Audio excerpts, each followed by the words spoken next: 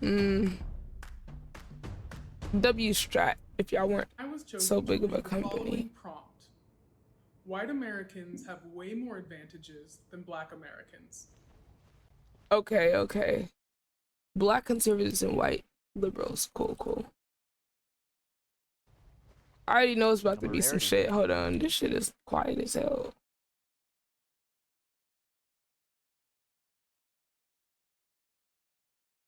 Let's listen to people argue. It would seem so. Do white Americans have more advantages because they're white, or do just white Americans have advantages because of historic factors? I think that people want to argue at the end of the day over whether it's because you're white or not. I think that the answer is because you're white in the past, and that's how it kind of carries over to today. You know, even in times of the United States history where black people have tried to build wealth, you know, with the Tulsa riots and everything, yes, where, yeah, that this wealth has been destroyed. Yo, he's on here as a liberal. I've seen this guy Destiny say some racist ass shit.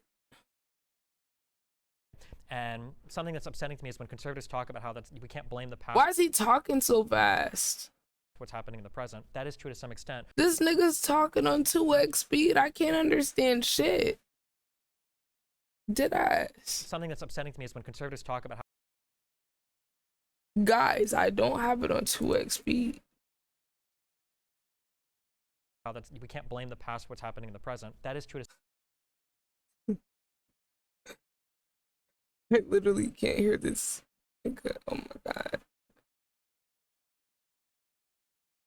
Some extent, but then the next breath they'll talk about how important it is to have dual parent households, how important it is to have a strong family, to have responsibility passed on from parent to child. And we've seen in the past that because of racial issues, that process has been severely disrupted. The funny thing is that agreeing with all these things is when I did my research when I was younger, which arrived me to my standpoint of being a conservative, because I believed it was racist, Democrat, liberal ideologies and policies dating all the way back to the 1800s, all the way up to the 1960s, and then the purported big switch. But I think it was more so when Democrats decided to be a bit more cloak and dagger about their true opinions of black people and be more. Bro, this nigga got a Hunter Biden hat on here? Okay.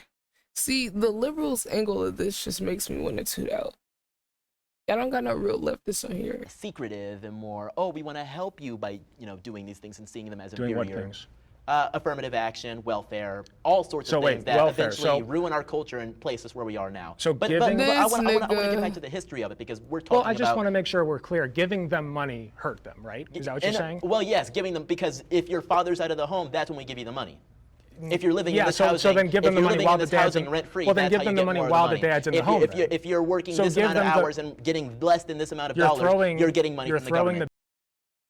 You know, it's crazy. Like Chandler over here really thinks he's eating this up, but it's like, come on, little bro, you're regurgitating the same talking points probably that your parents had or that you heard on Fox News. Like, you're not even adding any nuance to it, bro.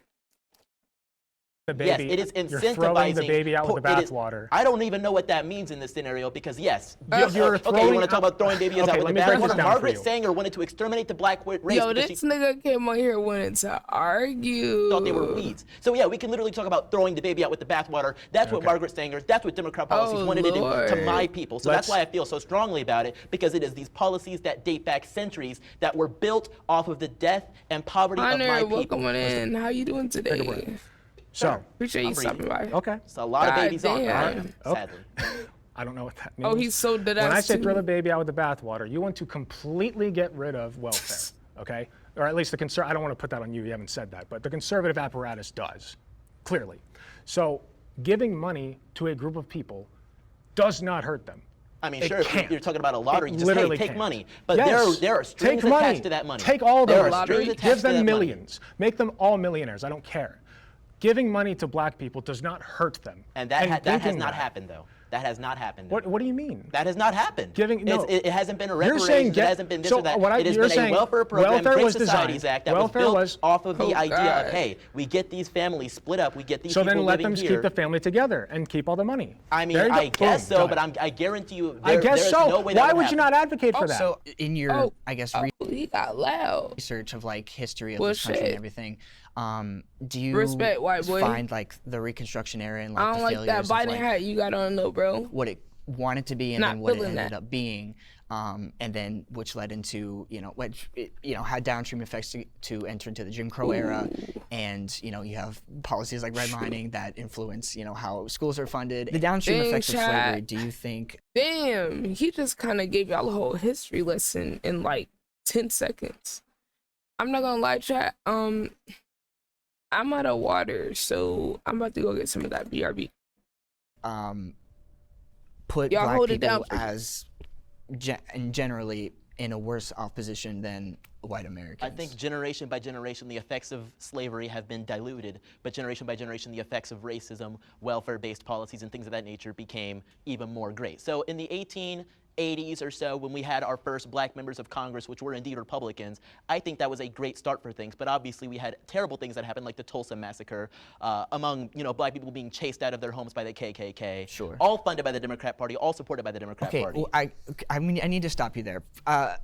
Can you attribute not to the party but to the ideology? Because I think when you think, regardless of whatever the party switch was, traditionally conservative values did not that's more aligned with more racist policies in this country. It's very difficult to compare 2020's conservatism to 1880s conservatism.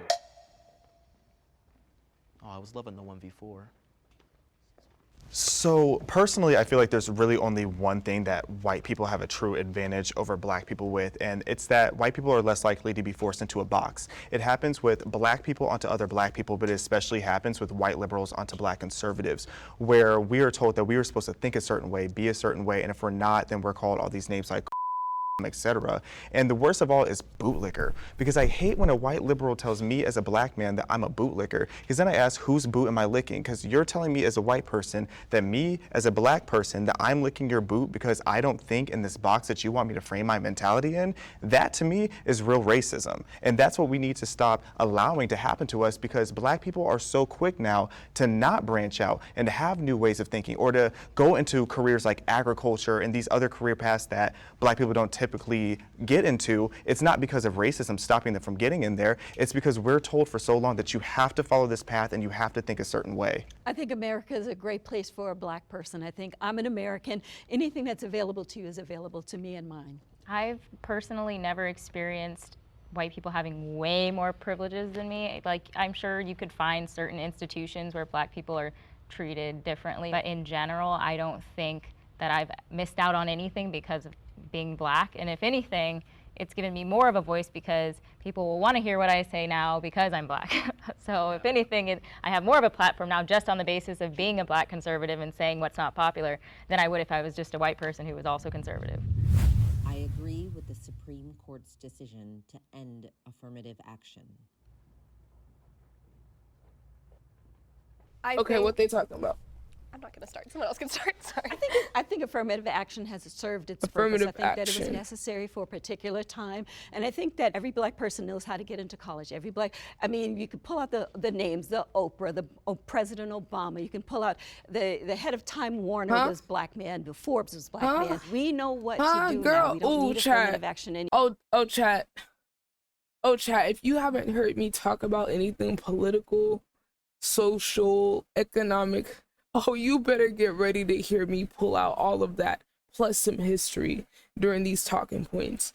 Because where do I start with this lady using Oprah, Steve Harvey, who else she say? God damn it, I don't know, fucking Tyler Perry, whoever she used, the lead of Time Warner Media. Girl, what does that have to do with the average black American? And then she says, oh, well, I think black people know how to get to college now. See, this is somebody's grandma, so I'm gonna try to be respectful here. But respectfully, grandma, you don't know what the fuck you're talking about. And let me tell you why. Because just because you know how to do something doesn't mean that you have the financial and or social means to do that. So when we talk about black people being disenfranchised since the end of slavery, we have to talk about the impact that things like redlining, that things like the United States government subsidizing housing for white Americans only to be able to get houses for less than $10,000. Well, let's just imagine how that affect. Let's just forget slavery for now, right? Let's just look at some of the policies post-slavery, and let's just look at housing. Why do you choose housing, Ciara? What does that have to do with this? I'll tell you what housing has to do with it. It's a ripple effect from public education to people even being able to get to the college level of public or private education. So why do you bring up a house here? I'll tell you why. So I'm bringing up housing because housing and land ownership is one of the #1 ways that you can acquire, maintain, and pass on wealth to future generations. So let's just think about this here. If this is not a conspiracy, this is not something that's, oh my God, the government's up to something. They're trying to stop black people. It's not no damn conspiracy. Let's look it up right now. In case anyone thinks Ciara's just chatting, let me look up a source for you guys, because I love to pull up sources and receipts. So let's go ahead and look up, I'm not even gonna touch redlining right now. Let's just talk about the United States government subsidizing housing contractors to build suburban neighborhoods that only white families could buy a house. And putting the cost of housing significantly lower to make sure that these families could get a house while excluding black people. So let's look up U.S. government contracts with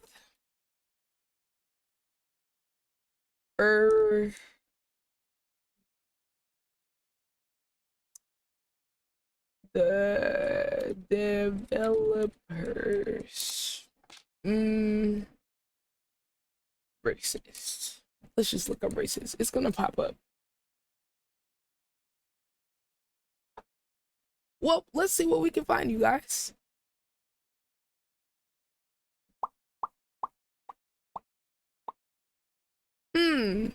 Whoa.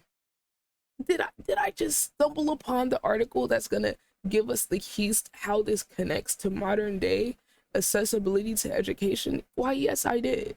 From NPR. So, a forgotten history of how the US government segregated America. This is not a conspiracy, ladies and gentlemen. This is publicly available information.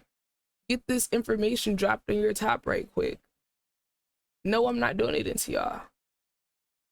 So, let me take you guys down history lane right quick. Let me give you guys a little American history, because let's bring everybody in. How did we get here? Okay, ready, guys? The lady is talking about, she said, I agree with the Supreme Court's decision to end affirmative action. I feel like black people know how to get to college, and affirmative action was good for a certain period of time. I didn't even address the fact that affirmative action majority benefited white women. That is a fact. So it's just funny to me when people use affirmative action to be like, oh my God, it's so unfair, it's so unfair. Yeah, it's unfair that the white women are the majority benefits. So the people who was originally supposed to benefit aren't even having an outsized benefit from the program in the first place. Whether or not you agree with it, that's your personal opinion. But let's just talk about how housing and how the economic disenfranchisement of black people by the US government post-slavery has contributed to college not being as accessible. So we're going backwards to understand the now, because a lot of people like to say, oh my God, it's in the past, people need to get over it, and it's like, you don't know the history, and that's okay, because today you're going to kind of learn a little bit more about what the connection is there, and how this is not a conspiracy of woe is me as a black person, you know, not having wealth built up, and black people actually having overall negative wealth. The #1 way to build wealth is what, guys?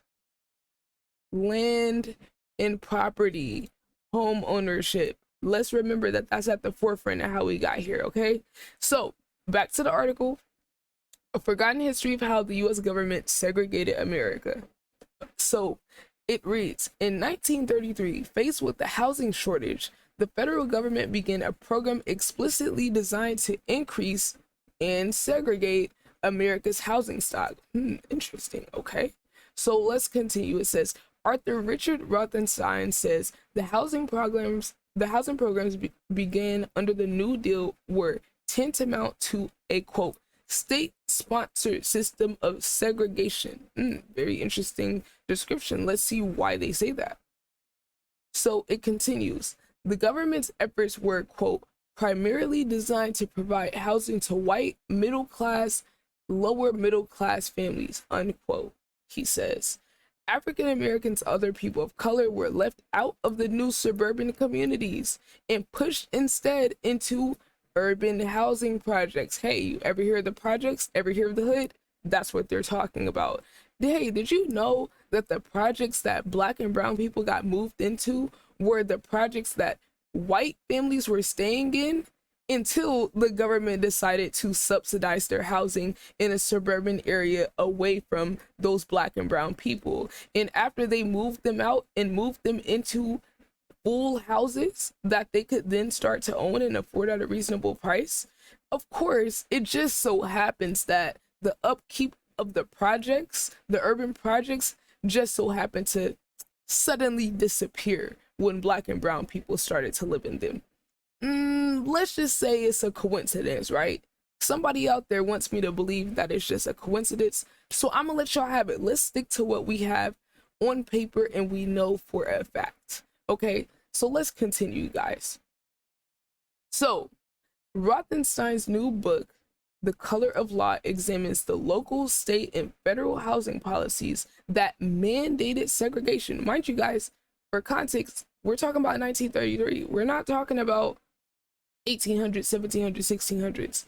We're talking about pretty damn close to modern day, within 1 or 2 generations of people that are alive right now. Let's continue, guys. So the guy, the author of the book, The Color of Law, continues. He notes that the Federal Housing Administration, otherwise known as the FHA, which was established in 1934, furthered the segregation efforts by refusing to insure mortgages in and near African American neighborhoods, a policy known as redlining. Now that's another big one that a lot of people don't know about, but it's as clear as day. If you look at the history, if you look at the way that highways are built, oh yeah, we can go real deep into this. If you look into the way highways are built, if you look at the way cities and counties are zoned, yeah. Let's continue, because redlining is an entirely whole different conversation that we would need to have. But let's just continue. So redlining is the further segregation efforts that were made by the US government and the Federal Housing Administration that involve refusing to insure mortgages in and near African American neighborhoods. This is called redlining. Okay, just keep that in the back of your mind. Okay, let's continue. Then it continues, at the same time that FHA was subsidizing builders who were mass producing entire subdivisions for whites, with the requirement, this is the key part that I want you guys to take away from this policy. So I'm gonna restart this sentence because this is the main idea here that I'm trying to get across. So aside from the so they're doing the redlining that is causing like, you guys do realize if people can't get a mortgage insured, they might as well not have a mortgage, and they might as well not be able to buy a house. So we have on the other end of that policy of redlining, where African Americans will refuse insurance on their mortgages, we have the FHA, the Federal Housing Association, subsidizing builders, which basically means they're paying builders. When the government gives subsidies to companies, they're giving them a financial incentive, or straight up paying them, or giving them something like a tax break or something along those lines. But most of the times it's the government actually paying whoever that is in order to do something. So just to clarify what is going on with the subsidizing. So the FHA was subsidizing builders who were mass producing entire subdivisions, urban neighborhoods that were for whites, with the requirement that none of the homes be sold to African Americans. So with that being said, that is the foundation of what I'm saying about how it's laughable to me that anyone can make the case that, oh, everything's equal, pull yourself up by the bootstraps. Oh my God, black people are just complaining, black people are just lazy, black people are just this, that. Honestly, I couldn't give a flying fuck. You know why? Because I've actually done my research, and we don't have to be in no conspiracy shit and be like, oh, the government's doing. We can look at what the government actually did, and we have records of them doing the shit. They're not exactly hiding this. They just have us fighting over dumbass shit to where we can't even look at this shit and be like, damn, this is economic disenfranchisement. So what happens when people aren't able to get a home? They aren't able to build and establish and pass on wealth, which doesn't just affect that generation of people, it affects the generations for the foreseeable future. Because if at one point your white family was able to get a home subsidized by the government, so that means the houses were going to be on the market at a significantly lower price because the developers were not having to come out of pocket for all of the building, they can sell the houses cheap to only whites. So guess what happens? If you weren't getting money from your ancestors having slaves, well, guess what, white people? You got another opportunity in 1933, in 1934, for the government to give your family and future generations another boost to where you can build a little bit of wealth and start with a house that's less than the equivalent of $10,000 today. Now, does anyone know what like the average value of a house is today? Let's look that up. Let's just look that up, because I want to talk about generational homes, and I want to tie this into the point about the college and college being accessible and da da da da da. Let's look up average price for U.S. home.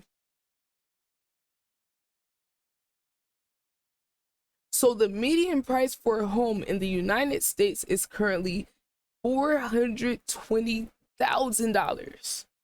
Wow. So let's run it back to 1933.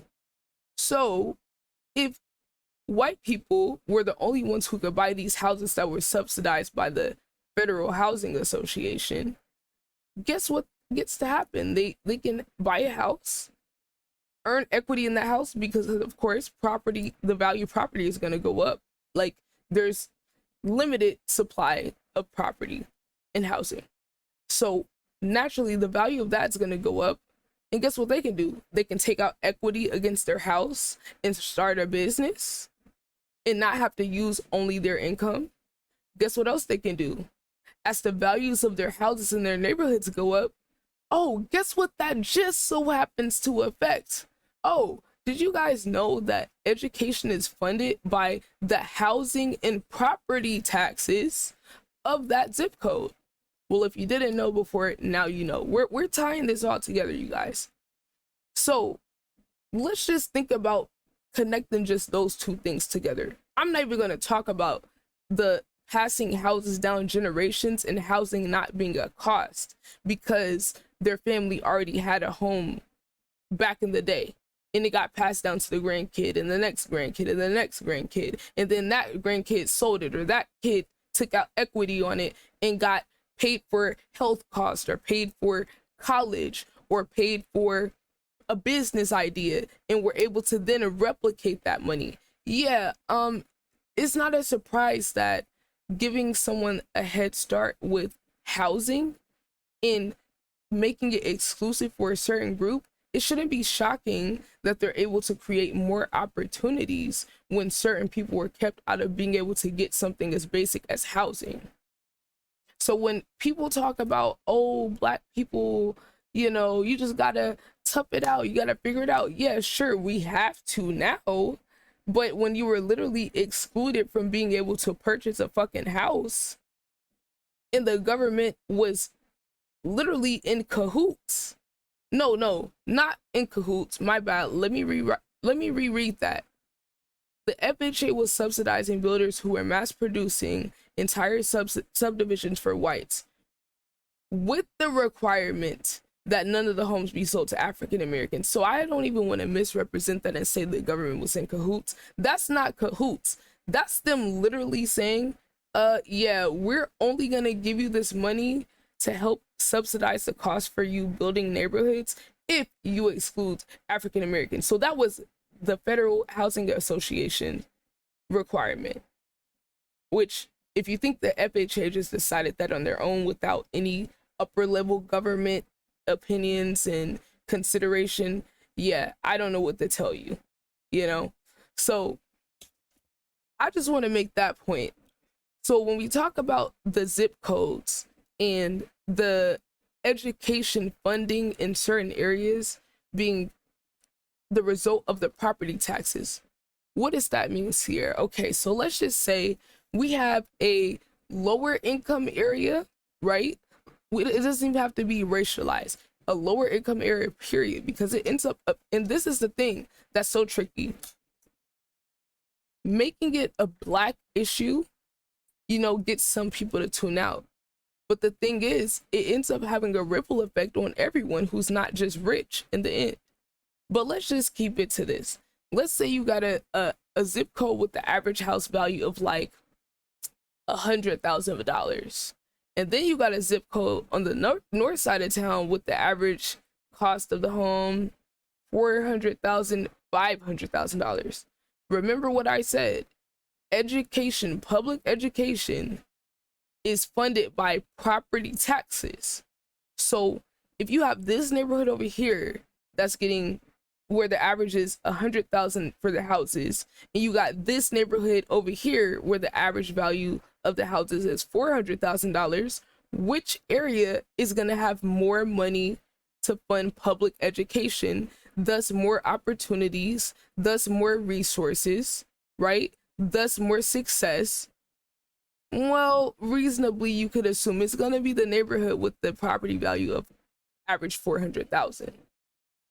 So when you think about the fact that there's more resources, there's more opportunities, there's more success, if you have a group of people that were given houses exclusively over 100 years, almost over 100 years ago, right? And they get damn near 100-year head start to have houses, pass the houses down, take out equity on the houses, buy a new house, and continue that cycle for generations. No shit, by the time we get to where we're at now, you're gonna have people that are still struggling from not being able to do something as simple as buy a home a few generations ago. So when this lady right here says, oh, I think black people have figured out how to get to college, affirmative action was good for a certain period, it's like she doesn't know what she's talking about. Yo, Gents with the raid. Yo, I had you on my phone. Look, I'm over here going on a rant about fucking redlining and equal housing and shit. So welcome on in, you guys. We're talking about some real life shit right now. What's good, Gantz? We got the legend in the building. Yo, make sure y'all drop my guy Gantz a follow. How was the stream, bro? But yeah, bro, like, welcome on in, you guys. I appreciate y'all goats for hanging out with my guy Gantz. He's a fucking W. Thank you, Gantz. I appreciate you, man. This guy was watching and streaming, bro. You're a goat. Hold on, let me pull up one of the other fam now. I was like, I'm about to be in here to the end of this bad boy. Okay, don't play with it, chat. Hold on, let me go to my girl Cupcake Queen. Headed to work. Ooh, okay, against. Yo, have a great day, my guy. Have a great day. I appreciate the lob. I hope you have a great day. Chat, make sure y'all follow my guy Gantz. But yeah, I'm off my soapbox. You know, you were watching the doctor stuff. Oh, about the vitamin D. Hey, Gantz, make sure you get your vitamin D. Fort Webb, what's good, bro? King Kenshi, thank you so much, bro. I really appreciate you. I hope you're having a good day, King Kenshi. Let me know, how are you doing? How you feeling today? Fort Webb, yo. What's good, Fort Webb? Are you streaming right now? But yeah, chat. I'm sorry. Look, chat, when I start talking about some real shit, it's just hard for me to just sugarcoat it and water it down for y'all because there's so much information I've had the privilege of learning over the years that I think in an alternative universe, I wouldn't have even been exposed to it. Hold on.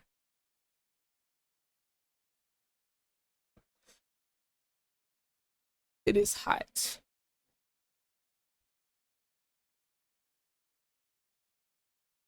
Okay.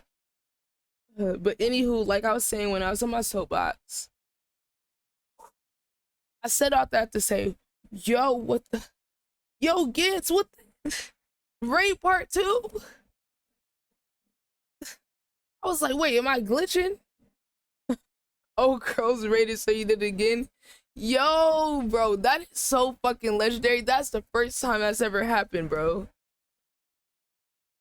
Yo, shout out to fucking Mr. Curls too.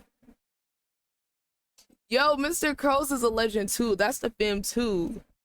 Yo, Gintz, I appreciate you, legend, man. Chat, if y'all ain't follow this, man, I don't know what to say. And look, man, I saw him playing, what was that, Mortal Kombat 8? Don't give me the line, Gintz. You know, I told you I'm a Tekken girly, okay? I think it was Mortal Kombat 8. Nah, Curls is a real one. MK1. Okay, Gantz, you done threw too many words in there now, bro. Like, I look, I'm a Tekken girly, and it's always Tekken 1, 2, 3, 4, 5. You know, that's how it goes. Yo, Papa Clutch. Oh my gosh, we got roll out the fucking red carpet, chat. Roll out the red carpet, guys. We got Papa Clutch in the building. What's good, Papa Clutch? How are you feeling, legend? Chat, it's the one and only Papa Clutch in the building. Let's go. Hey, we love you too, Gantz. Have a great day. And I'll be in your next stream. You know, let us know when your next one is whenever you can. But it's all love, bro. Chat, make sure y'all follow this legend. And make sure y'all follow Papa Clutch. Yo, Papa Clutch, I appreciate you stopping by. I'm sending you some positive energy. We're sending love. Bestie, can I ask you to come to the Discord server? Can you come to the Discord? Are you busy? Respectfully, of course, you have a life. But chat, okay, to get back to what I was saying, you guys. Here's the issue, like, so for those of you guys that were here before, you heard kind of me connect and explain all of this. All of this because this lady said Black people figured out how to get to the college and don't need any help, da da da da da. And then she wants to go off and name Black millionaires and stuff like that. I hate when people do that because if you actually look at Black people economically, like, it's still negative wealth. Black people still have negative wealth overall. I don't give a fuck about Oprah fucking Winfrey. She's a billionaire. She does not identify with the rest of us. I don't care about Jay-Z or Kanye West. Who's other billionaire, Black billionaire I don't care about. The rest of them niggas, unless they're actually doing something to significantly help Black people, I couldn't care less. Like, and even if they did do something, that doesn't change how things are systemically. So it's like, I hate when people make that point, and a lot of Black people can be more racist sometimes than white people. But yes, bestie, I don't know if you were here, but I just had a whole rant about redlining the Federal Housing Association you know, subsidizing builders to build suburban neighborhoods that excluded black people. The Housing Act and HUD and the bank Yeah. and everything came together. I don't see Yeah, you. I had to give the whole spiel because this black lady was talking about black people. Oh, black people know how to get to college, and like that shit really just pissed me off because how are we not going? So the way, this is the last part I was on, connecting all the housing things, redlining, all of that stuff, connecting that to building generational wealth. You get a head start and you can get a house for $10,000 in 1933 as a white person, and black people are literally excluded from being able to get that. And if they're not excluded, there's literally a policy that was encouraging mortgage insurers to refuse to insure any mortgages that black people did have. Right. So they made sure on both ends you was about to be screwed. So then I tied it into like how getting a head start with housing and property allows you so many more opportunities than people who are not allowed to have that, because there's a bunch of different scenarios. Like you can take out equity on your house and start a business. Well, what's one of the biggest reasons that black businesses fail? Well, because they don't have the same amount of money to start as the average white person that starts a business. That's a fact. They usually don't have the same amount of seed money. And guess what? The people around you affect your value too. Because if you're poor and you live around other poor people, there's only so much people can do to uplift each other economically. Right. If you live in a rich neighborhood, guess what? You got different resources. And the point I was making was about the school system and how school systems are funded by property taxes. So if you have redlining, which prevents certain people from being in certain neighborhoods, one, and then you don't allow certain people to buy houses in subdivisions that were partially funded by the government, then you're going to have certain areas that just don't have as high property value as others. You're going to have certain people that can't even get into those neighborhoods that have the better schools because they have higher property values, and that creates a difference in education resources and success rates, right? Because we know people that live in poverty have way harder times in school because guess what? They're focused on surviving. Niggas gotta go to work as soon as they turn 15 to help support their parents. They gotta worry about eating, let alone having time to worry about some damn classes. They gotta worry about if the light's gonna be on when they go back home, or if they're gonna have running water. Right. Why do you say that, Ciara? You know, oh, you're using an extreme example. No, this is my lived experience.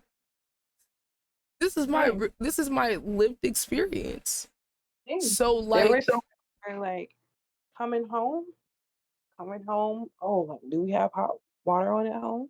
Having to iron my uniform. You know, can't even iron my uniform clothes because we don't have any lights, any electricity. We lighting candles trying to see to get ready for school. Real stuff. And I love that you connected it to education because I'm personally like really interested in that connection between just education and the pursuit of whether it's, you know, that post-secondary education in school, because it's all connected and it's very easy to say that school is just another structure of racism. The fact that, you know, they track the your literacy when you're in elementary school, and by the time you're in fourth grade, whether or not you can read or write, that tells them how many beds you put in prison beds they gonna get, right? They trying to figure out. They have a prison bed waiting on you in the fourth grade, depending on your ability to read. We didn't even get into the prison industrial. We didn't even connect that part to the education. We trying to let y'all off a little easy with the basics. No, but it's just like everything is so interconnected and intertwined. Like you said, you know, housing being, you know, even there being school zones, different schools that you have to go to based on your zip code. And there's entire processes that you have to go through to get approval. Because people don't want to pay for them. Better schools. People don't want to pay for them niggas on the south side to have the same education as their kids. Because they said my property tax is going to this. I don't want Absolutely. little Jamal over there to be able to No. get the same education as my little Sally over here. Exactly. Their parents need to pay their taxes. That's what they're gonna say. Exactly. Their parents, they need to get their weight up. They need to move to a better Yeah. neighborhood. They need to pull themselves up by the bootstraps and go to college and get a degree. Oh wait, but then the degree kind of lost value once Black people started to go to college. They're not even acknowledging all the structures that are within college, you know, that we don't. It's not that we're figuring out how to get to college. It's that we live in a capitalist society. Bestie, she really that said that funnels- shit. Like, and this is why. I can't stand people like her. Like, what we what calling are her? you saying? Uncle Tom, and we Right. got Auntie. What we calling her as? Auntie Tom. We can call her Auntie Tom. What's a white lady Nah. name, chat? What's a white lady name that start with a T? Auntie Becky. Oh, well, I was trying to say, shit, I don't know. I don't know. But anyway, Y'all that's get the just fucking like idea, such chat. it's such a dumb sentence. You know, I blame Who you blame, girl? Who you I blaming, girl? I blame capitalism. Ooh. I blame racism because Okay. you know The internalized like- anti-blackness go crazy. it's insane because I blame elitism too. Because Okay. of course to make a statement like that when every time you look at the news, they have these one-on-one cases of this Black teenager getting $1.1 million in scholarships, you know, $2.2 million Oh, bro, in scholarships. she and you brought see up Yeah. Oprah Winfrey and the CEO of Times Warner Media being a Black guy. She used those as examples, so you can get an idea the type of person like. Oh yeah, and the getting in the room phenomenon and the Black elites, the Black billionaires, the Black millionaires, what they represent for the community, what they sell us in the community, you know, all the motivational videos you see on YouTube of Steve Harvey Oh, and all yeah. these people telling you you're not working hard enough without acknowledging all the systems working against you. There's just so much, it's so much there. Because it's like, oh, you know, it's so tricky, right? Because it's like when you think about it, you think about like, you know, back to W.E. Du Bois and Booker Washington trying to figure out how the Negro can be great. It's like, oh, you got to go get educated. Nothing's more. It's like your education is key to a better life, you know. Because you have the scholars, and it's like it's true. Which you know, to their, education- credit, they extent, tried. yes. They weren't wrong about that, but it's just not. It's not everything. It's not as everything. it was told to a lot of us. That's No, the it only wasn't. way. That Yeah, and I think W.E. Du Bois was able to recognize that early on in some of his readings because he was talking about the HBCUs, you know, the Spelmans and the Fisk, and he was warning them during the time when they were first being built that they would run into an issue of creating the same type of, you may have guessed it, worker. And he was saying that colleges were going to run into an issue because they were going to, you know, they weren't going to be focusing on trade anymore. They weren't going to be focused on what you can contribute to your community, you know. Who could be a seamstress? Who could be a plumber, a technician? It wasn't about who can actually have a trade that could benefit others, but what kind of worker are you about to be? And he was telling that these Black universities specifically, like, okay, y'all are starting to look a lot like the prestigious universities on the other side of the coast. You know, we're losing what's going to help us and benefit us in our community, which will be able to have different people in different areas, which I believe could help greatly. And instead, you know, a lot of colleges have focused on producing. It's tricky. I'm gonna focus on HBCUs because I went to HBCU. A lot of colleges focus on producing the next Black lawyers, the next Black engineers, the next Black yada yada yada. Doctors, and it's of not course. To say that, doctors, of course. And it's not to say that it's not beneficial. It's not to say that, you know, this cannot be the case. There's nothing inherently wrong with wanting this to be the case. The problem is that when this becomes the solution to all these different issues that are built into the system, from housing to schooling to education, that's the bigger issue that we're dealt with. Because Lord behold, having, you know, 2% of Black lawyers and 2% of Black doctors isn't really getting us anywhere. And then what does that change if the system is fucked? The system, is inherently flawed. The system is the problem. So it's like my dismay comes with that being the solution that we're being sold, and that's what we think that we need to be doing, as When it's opposed really to the system. individualized too. It's individualized, exactly, and that's where everything connects back to capitalism. Housing, schooling, everything capitalism. Capitalism makes you feel like everything is individualized. You got to go to college. You black boy, black girl, go to college, get your education, get your family out the hood. If you don't get your family out the hood, then the whole generation screwed. There is no conversation about housing or generational wealth because you're so focused on you making your way to college and getting to college to help your family out.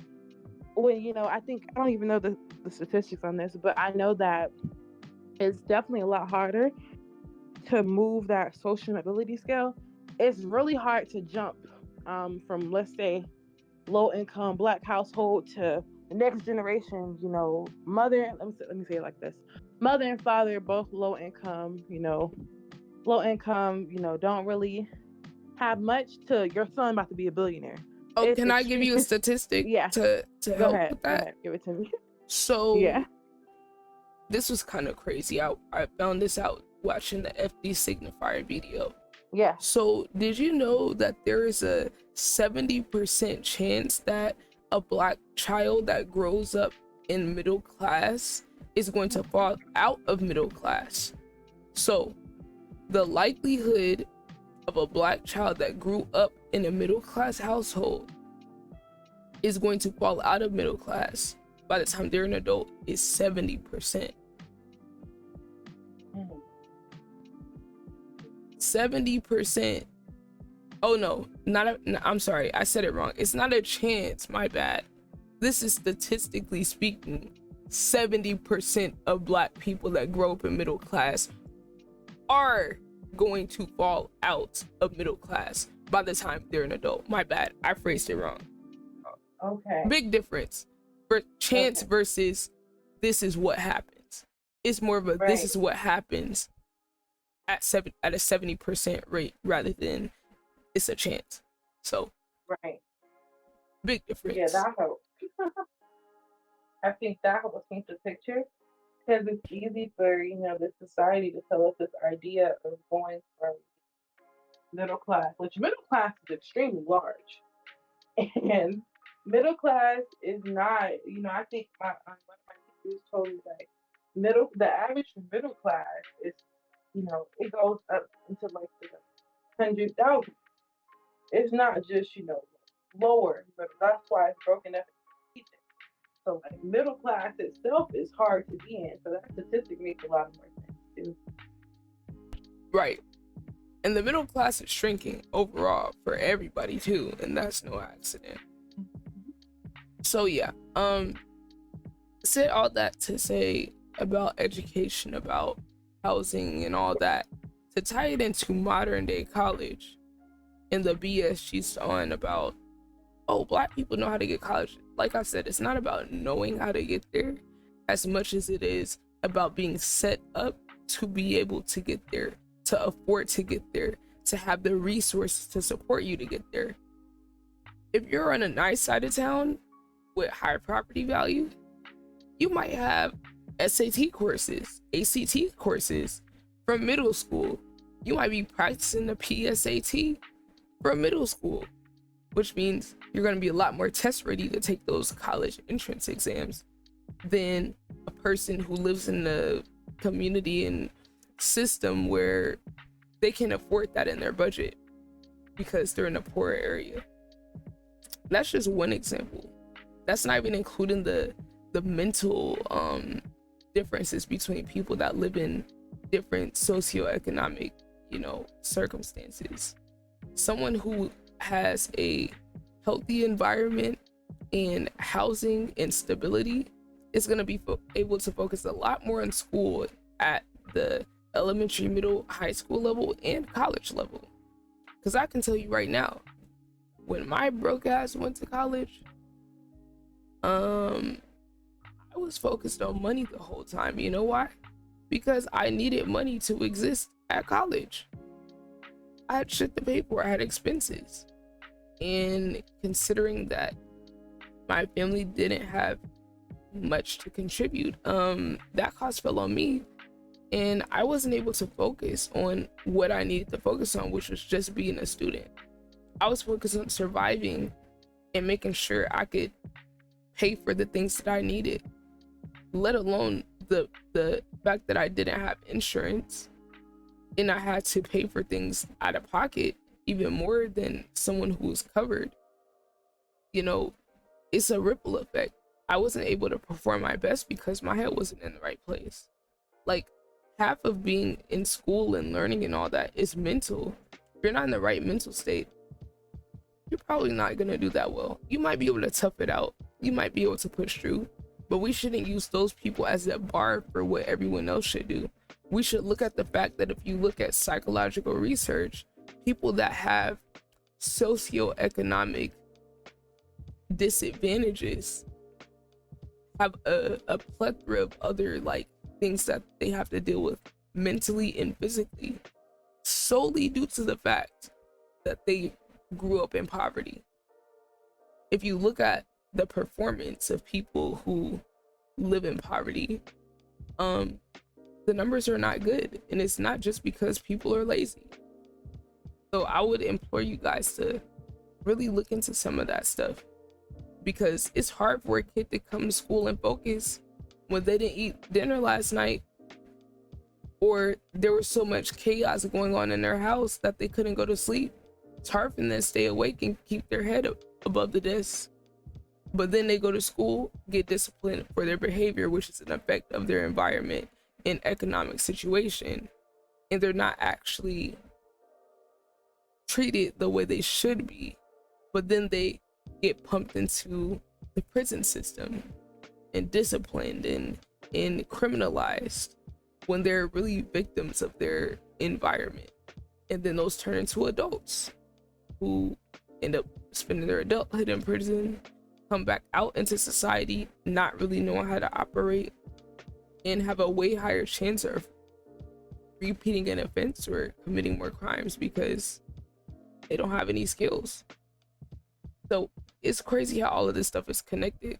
But we're gonna let Grandma, let's call her Tammy, Grandma Tammy. We're gonna let Grandma Tammy cook. She burning the kitchen down though, no cap. I just wanted to, before you start again, I want to say thank you because, I love this conversation. And, this conversation is one that I'm really interested in when I think about, writing my personal statement and stuff about things I would want to look at and everything. So, I don't think it's by chance that I woke up, again, right when you were having this conversation. I came in when you were talking about the hood and the housing acts and everything like that. I just wanted to say thank you because, this conversation just really inspired me. See, because this is this is my conversation. I love the layers, and it's so funny because it's such a complex topic, but you hit every angle, and I'm so proud of you. And yeah, I guess it's on her, Coach. Oh my goodness. The crazy part is she labeled as a Black conservative? Yes, of course. Good. I was gonna say she's not the only Black person thinking like this. And oh yeah, it's a lot. It's a we lot. talked about this 2 weeks ago with Gideon and Black conservatives being a lot. Yeah, modern day. Yeah. Okay. Sorry. Go ahead. Don't apologize. Nah, but this is our topic. It's your stage too. It's so deep. I love it, and that's why, that's why I think it irritated me the other day when I told you that woman was like, oh, not being English speaking is also another thing that we need to talk about, and it's like, okay, yeah. Girl, what did they say to that? What did I say? No, what did they say when she said that? She's like, oh, but we have, she was like, this is what bothered me. She said, moving beyond, race and socioeconomic status. No, what did they say to her? What was her response? What their response to what she said? Babe, it was so funny that you asked that. They were like, yeah, all these things are things that we're considering, but they brought it back to being in Atlanta and race and wanted to focus on, race, actually. So I was okay with that. I was okay with that because They I redirected don't. her. Yeah, they redirected it because yes, what you're saying is important. We'll acknowledge that, but also right now we're gonna focus on the makeup of Atlanta as a whole and focus on race because that's how the conversation started. So that's how it's gonna end. But thank you for your tidbit, basically. And they were like, yeah, that's why we want to focus on having more people from these communities at the table to have the conversation. Because if you look over there, it wasn't but one Latina, and she was talking her stuff, but the rest of them were palm colored. So I really wasn't trying to hear anyway. Did I three of say y'all 24 hours? Palm colored. See, I gotta remember that one, bestie, because I be going through my little list of words for white people. Yeah. And palm colored. So I'm really not. So when honestly, and then I'm not sorry, but I'm not trying to hear anything from y'all's mouth when it comes to talking about disadvantages in any level, because you benefit at every level from. Did I say I'm white, nigga? I know you fucking lying. You know what? No, you fucking lying, boy. If you don't get your I'm white head ass with a little Patrick emo. Remember when they said that when affirmative action got strike down, whatever happened. They were just talking about that one. Yeah, I'm gonna start putting I'm white on stuff because they said it was gonna not consider race and everything. Yeah. Oh yeah, they talked about that before you came in. Oh good. I'm glad I missed that conversation. Affirmative action does not benefit Black people. Oh wait, no, this is the current conversation. My bad. Oh yeah. No, affirmative action does not benefit Black people, brown people, and I hate to be the bearer of bad news, but oftentimes when you see Black and brown individuals at prestigious universities, trust and believe they are damn near perfect. They have done every single thing they can in their power to be at the level to where their race is actually the last thing that's keeping them there. Basically, it's everything else that's got them in that space in the first place, as opposed to white people, where basic minimum can only get you so far. But yeah, go ahead, because they be seeing the Black person at Harvard with the 1560 SAT score, 18 extracurricular activities, yada yada yada. They be like, oh, affirmative action, sounding stupid. Sounding dumb as hell, and if it ain't that, they might be one of the few people that had Black alumni parents. Right. But guess what? Even in that case, they still gotta be damn near perfect to get in. Still gotta be perfect. Well, it's just something I would love to dive into because I think that elitism and everything. Oh, as a recovering elitist head ass. I know my recovering elitist. I am a recovering elitist. Proud of you though. I'm proud of you though. That's but no, growth. one more thing, Betsy, to bring this thing around. We were talking about housing, everything, housing, school, all that, going to college, making it to college. One thing that I'm also really interested in is, what happens when these people get to college, with their mental, with their health, because I'm I just told you mine. Exactly. I just told you what happened to me. And you're not the only one, but that should be terrifying enough. And to me, that's a cause of concern because as we push more and more generations of Black and brown kids into college, who already have exposure to early life adversity, already have exposure to stress. What's good, all these levels that, they were in how you doing, worrying about stuff. Welcome on in. What happens when you throw them into a system like today? college that is heavily capitalistic, heavily influenced by racism and all these things, even beyond just experiencing microaggressions, but the stress that comes with academia and that very white-facing field, it's just a lot of cause of concern. I think because it's not us making it, it's us making it, surviving, barely making it out, leaving as shells of ourselves if we do make it out. Like you said, I love the way you said it, not knowing how to enter society again after you get done. Because, and don't even get me started on the debt. It's just a setup. College is a setup. It really is. I mean, imagine having negative wealth and then taking on more debt. Negative wealth. Thank you. And that's what happened. Pushing college and career, but really just college. Just college. Allegedly college and career being pushed. I love in the these college urban experience. schools, but Right? hey, But I girl, saw this little girl who Timmy went can to go my be a school. gamer. Little Timmy Right. can An go. artist. Yep, White artist. I had no he can go idea. do I a was startup like, wow, this business. what y'all doing? Take a gap year. Right? Go across the world to Take a different gap year countries. backpacking across Europe.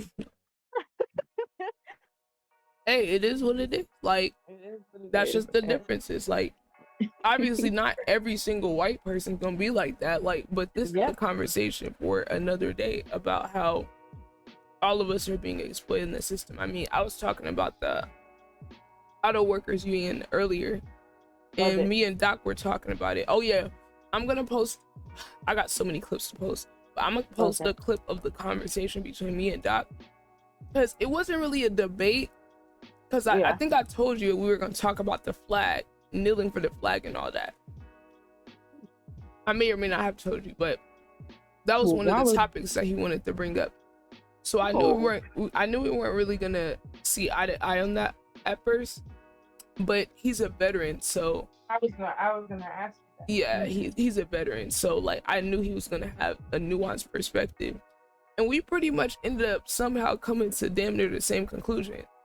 Because I told him that I'm frustrated with the fact that whatever values you're saying the American flag represents, I think has been bastardized by the trajectory that these politicians have taken the country.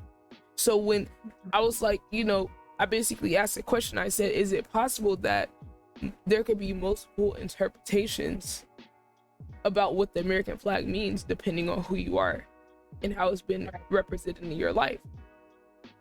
Obviously the answer is yes. I mean, if you're black in America, police officers have that badge on their arm.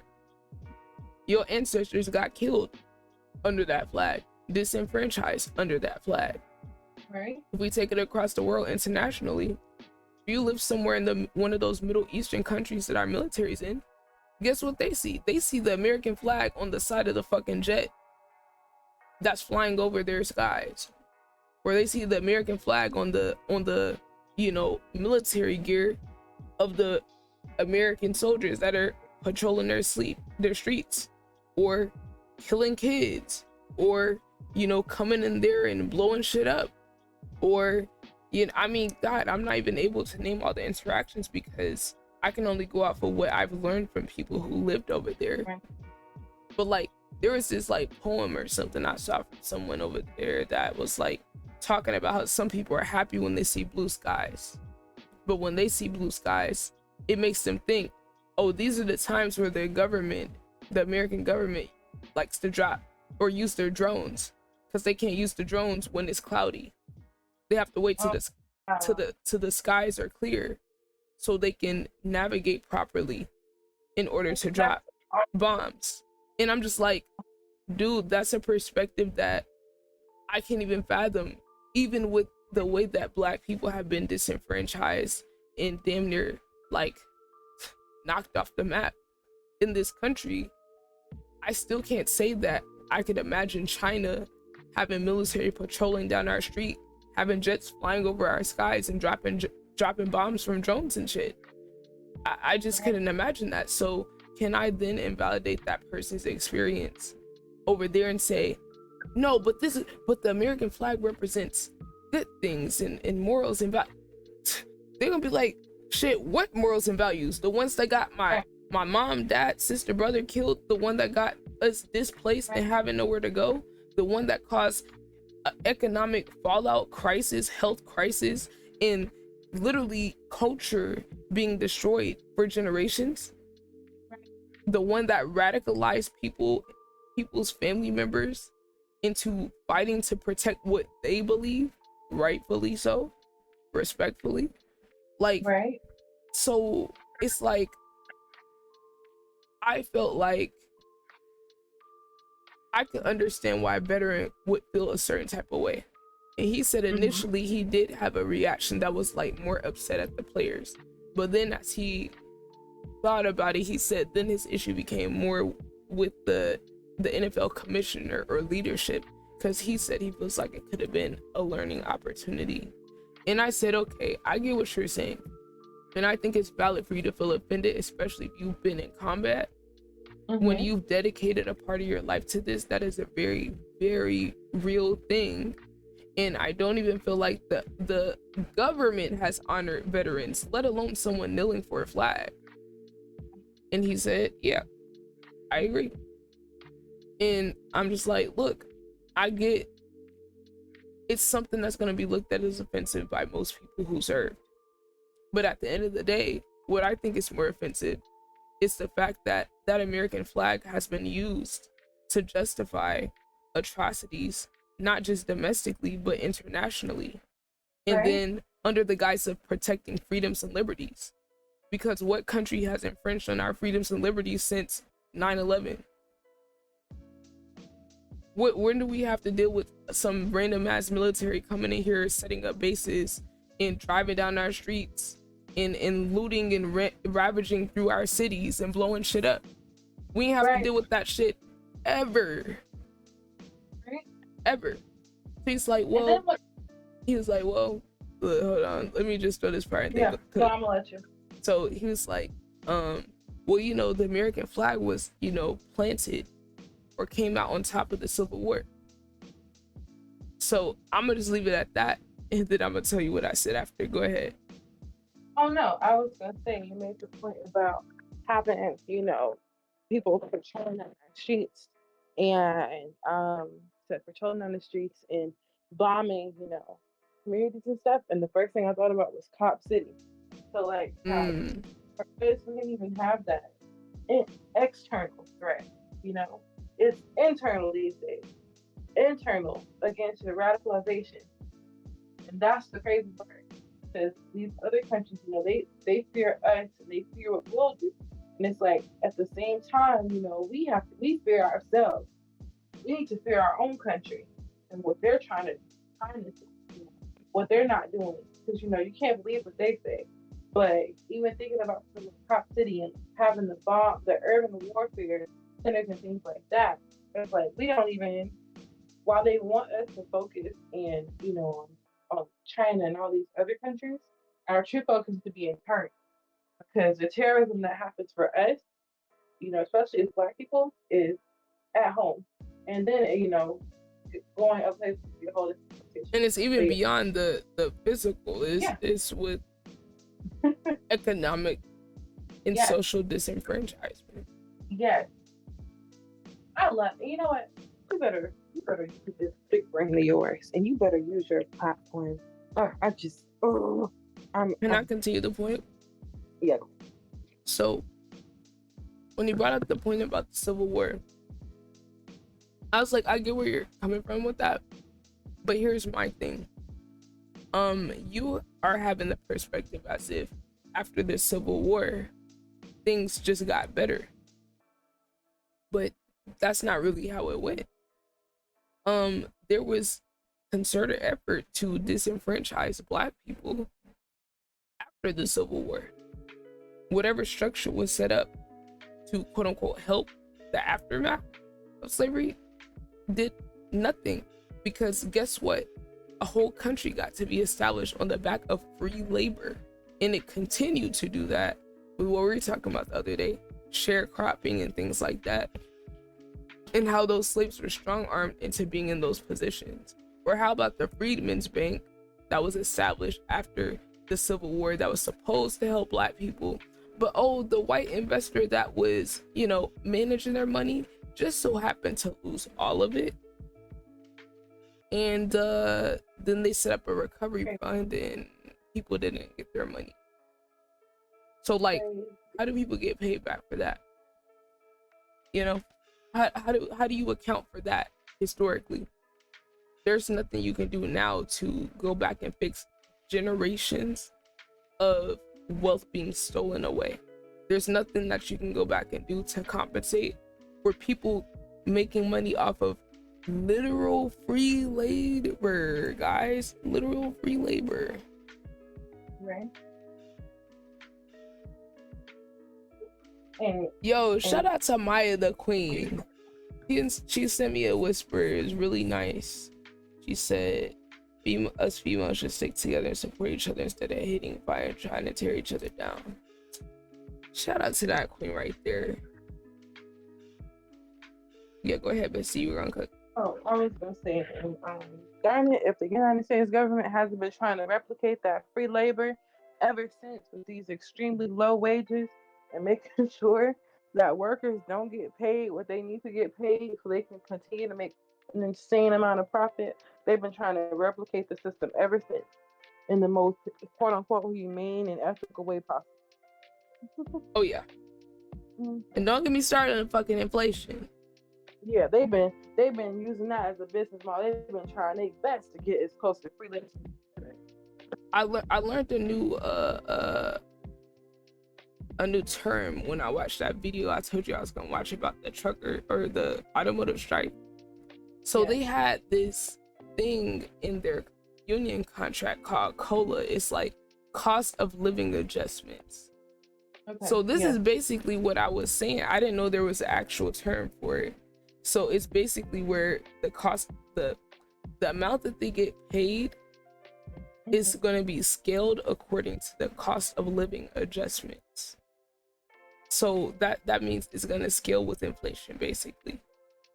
So like as the cost of living and inflation happens, their wage is going to scale with that instead of staying flat. So in 2008, when the automotive industry was collapsing, the auto workers did them a solid and took that clause out of their contract temporarily until they could get back on their feet, and they promised that they were reinstated, and they haven't given that back 15 years later. And it's just until now that they're trying to get it back because they've been waiting. Meanwhile, niggas made $23 billion the first half of the year. Right. Ain't that crazy? Insane. And that gives me a better term to think of to explain to people how our wages should be changing, because all of us should have cost of living adjustment. Minimum wage should be cost of living adjusted. If minimum wage was cost of living adjusted since it was last established in 2013, minimum wage should be around $10 or $11 right now. And it's like we're all getting paid at least 30+% less than what we should. And it's like, we just gonna let that shit slide? That's kind of crazy. Well, clearly everyone's not letting it slide. Okay, certain industries are getting together. And you do know it is the industries that already have unions. The airline industry, teachers, you know, people on the mechanic job. Now, we have seen some unions get established, but it's like, bruh, we're unprotected as fuck out here without any type of structure. But yes, that's crazy. I love how we can like turn like it's probably less than 1 minute clip into like an hour-long conversation. That's the beauty of it. That's what I wish people who comment telling you that you talk, you know, oh my god, like that's the beauty of it. That's, you know, talk about alchemy, being able to turn something even like a minute clip into something more and something deeper is a gift. It's a gift because, you know, you're pulling from nothing but your brain right now. You're not reading a script. You're pulling this out of darn near thin air. Right? And having such complex conversations at your fingertips. It's a gift to be a conversation like this. To have so much to say in a world that would benefit from us being silent and not saying anything at all. So yeah, that was powerful.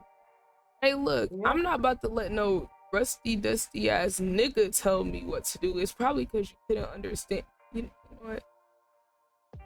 Okay, let me not go there. Yeah.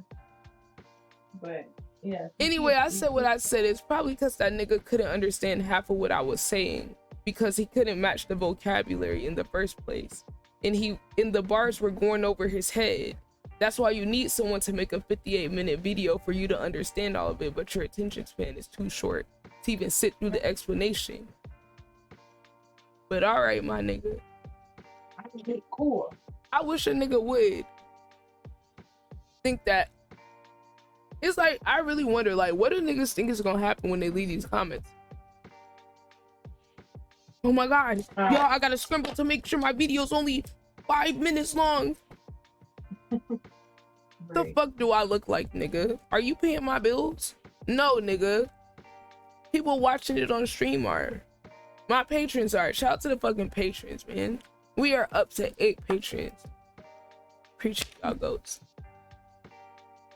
It's like, nigga, even if you were paying my bills, I'm still gonna do what the fuck I want to do, period. It's like, see, you know what it is, Bessie? It's men that be always trying to humble women. That's what it is. You know that, you know what it gives? What? When niggas be like, oh, men don't want a woman that's educated. Men don't care about a woman that has a degree. Oh, you can have a PhD and it still don't matter to a man. That's what it gives. Oh yeah. Oh yeah. But meanwhile, they love to be the most educated, most talkative in the room. Because they want the clout. Clout demons. Oh, crusty, dusty head ass. Nigga don't even know he getting roasted on stream. It's okay. Bruh, I'm literally getting paid to roast you. I think I win. The Oprah, the Ciara won. President Obama. You can pull out the nigga got a comment under my YouTube video, contributing to the engagement that gets me more views. I win. The head of Time Warner was black man. Forbes was black man. We know what to do now. Oh yeah, Time Warner's a black man. The head of Time Warner was black man. Forbes was black man. We know what to do now. We don't need affirmative action anymore. And to me, affirmative action is offensive sometimes, especially nowadays, because I have 6 children and 2 boys, 4 girls. And she said affirmative action is offensive. Are you hearing this, Bestie? Yeah, I'm trying to hear. I'm trying to hear why. All of them went to Harvard and Columbia, and this. All her kids with the Harvard, Columbia, and them. All right. I see what's happening. And that one, and it breaks my heart to think that they accomplished that goal of getting into these institutions just because of the color of their skin. How dare you even think that about your kids? Right? You are a disgrace. You are a disgrace as a parent to even say something like that, considering how hard it is to even get into those schools. Right. As an underrepresented minority. Right. You have to be exceptional to get in, especially if your parent doesn't have a history being in the school. Right. That's so insulting. If I was her kids, I don't know. I wouldn't go for that. Definitely say that it creates a lot of tension when you have affirmative action. I remember my first week at the University of Illinois, I was sitting with some classmates and a white student turned to me and jokingly like, hey Xavier, like, did you just attach a smiley face when you applied for this college? And I started asking what he meant, and he said to me that he was like, you're black, I'm assuming you had decent grades. You could have just attached a smiley face and you would have gotten into the university. So I was livid by that and I went off, I started naming all of my accomplishments and I felt. But you ain't tell old Sally that. You ain't tell Samantha that, huh? Meanwhile, they the main ones benefiting from the affirmative action. Right. Only thing they do, they got an uncle, great uncle with a name on the building. They could just walk up in there. They don't be saying that to them. They be trying to be dick writers and, oh my God, your dad so and so. When they get next to him. You're right. Felt so confident Meat munchers. only for about an hour, because then an hour later I started saying to myself like, wow, like, did I actually earn my way in here? I started to have this insecurity and I started wondering, why do they have this nigga Destiny on here? He's racist and he labeled himself under the liberal side. Oh, did I earn this position myself, or did my ancestors suffering earn this for me? He's one of those white people that will mansplain racism to people on his live stream. Yeah. Yep. And too, I've He's seen one it of in the those. sense of like affirmative action taking away from other people who are minorities. Like I had a Oh friend yeah, who and was he likes to argue with black people about their experience. Asian and he in high school and he really wanted to go to MIT. That was his dream school. He interned Girl, there. look He at was this super coon like ass prepared nigga. to go there, and he didn't get in. And you can only assume that it was because of affirmative action because they have such a large Asian population that they want to admit other people. Yeah, I was going to actually argue that it's more racist nowadays because it excludes so many Asian Americans from getting into universities who do deserve a spot, and Black they can't get in because conservative. of affirmative action, which, again, like you were saying, was necessary at the time. Yeah. But now it's like anybody, if you have the skills to do it and you're in America, you can get in. I don't think affirmative action is the worst thing, considering all the different types or aspects of a background you might take into account when somebody's getting into college, whether they were in certain clubs, you know, Boy Scouts, what type of classes they took that might not be available to everybody. I don't think that factoring in the affirmative action is necessarily a bad thing, but I feel like because of everything you guys have said, the optics behind it are so horrible today that even if it is slightly beneficial in the long run for certain people, I think we can probably refocus most of that into figuring out like the class that people come from, the neighborhoods, the backgrounds or whatever, without it having to necessarily target race. The only thing that I kind of wonder now that it's gone is instead of a black person being in school thinking like, man, am I here because I'm an affirmative action pick, is it going to be a kid that is poor or a kid that's from a different zip code? I think we should do away with all of it. It's just like submit an application, no demographics. Why do they ask your sexuality? Like why do they ask all that stuff? So, if affirmative action accomplished its purpose, why do we still see the disparities that we do in the professional workplace? Oh, Alec came. What? Alec been on 10 since the beginning. He said, y'all not about to spew these fucking narratives. Average white wealth and compare it to black wealth totals. White people as a whole have about 50 times greater wealth than black people as a whole.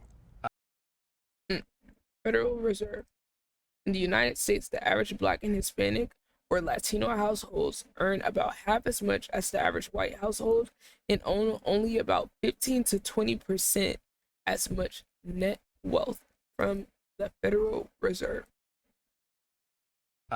Per capita. So I just don't understand why you think affirmative action has accomplished its purpose. I don't see Curious. that. Why do you assume that just because there is a disparity means it's because of a racial issue? What else would Girl, we what? Girl, you talking about dumb as fuck. And why I feel like Alec about to clear you right quick with this damn Joe Biden hat on. I'm still confused why he got that shit.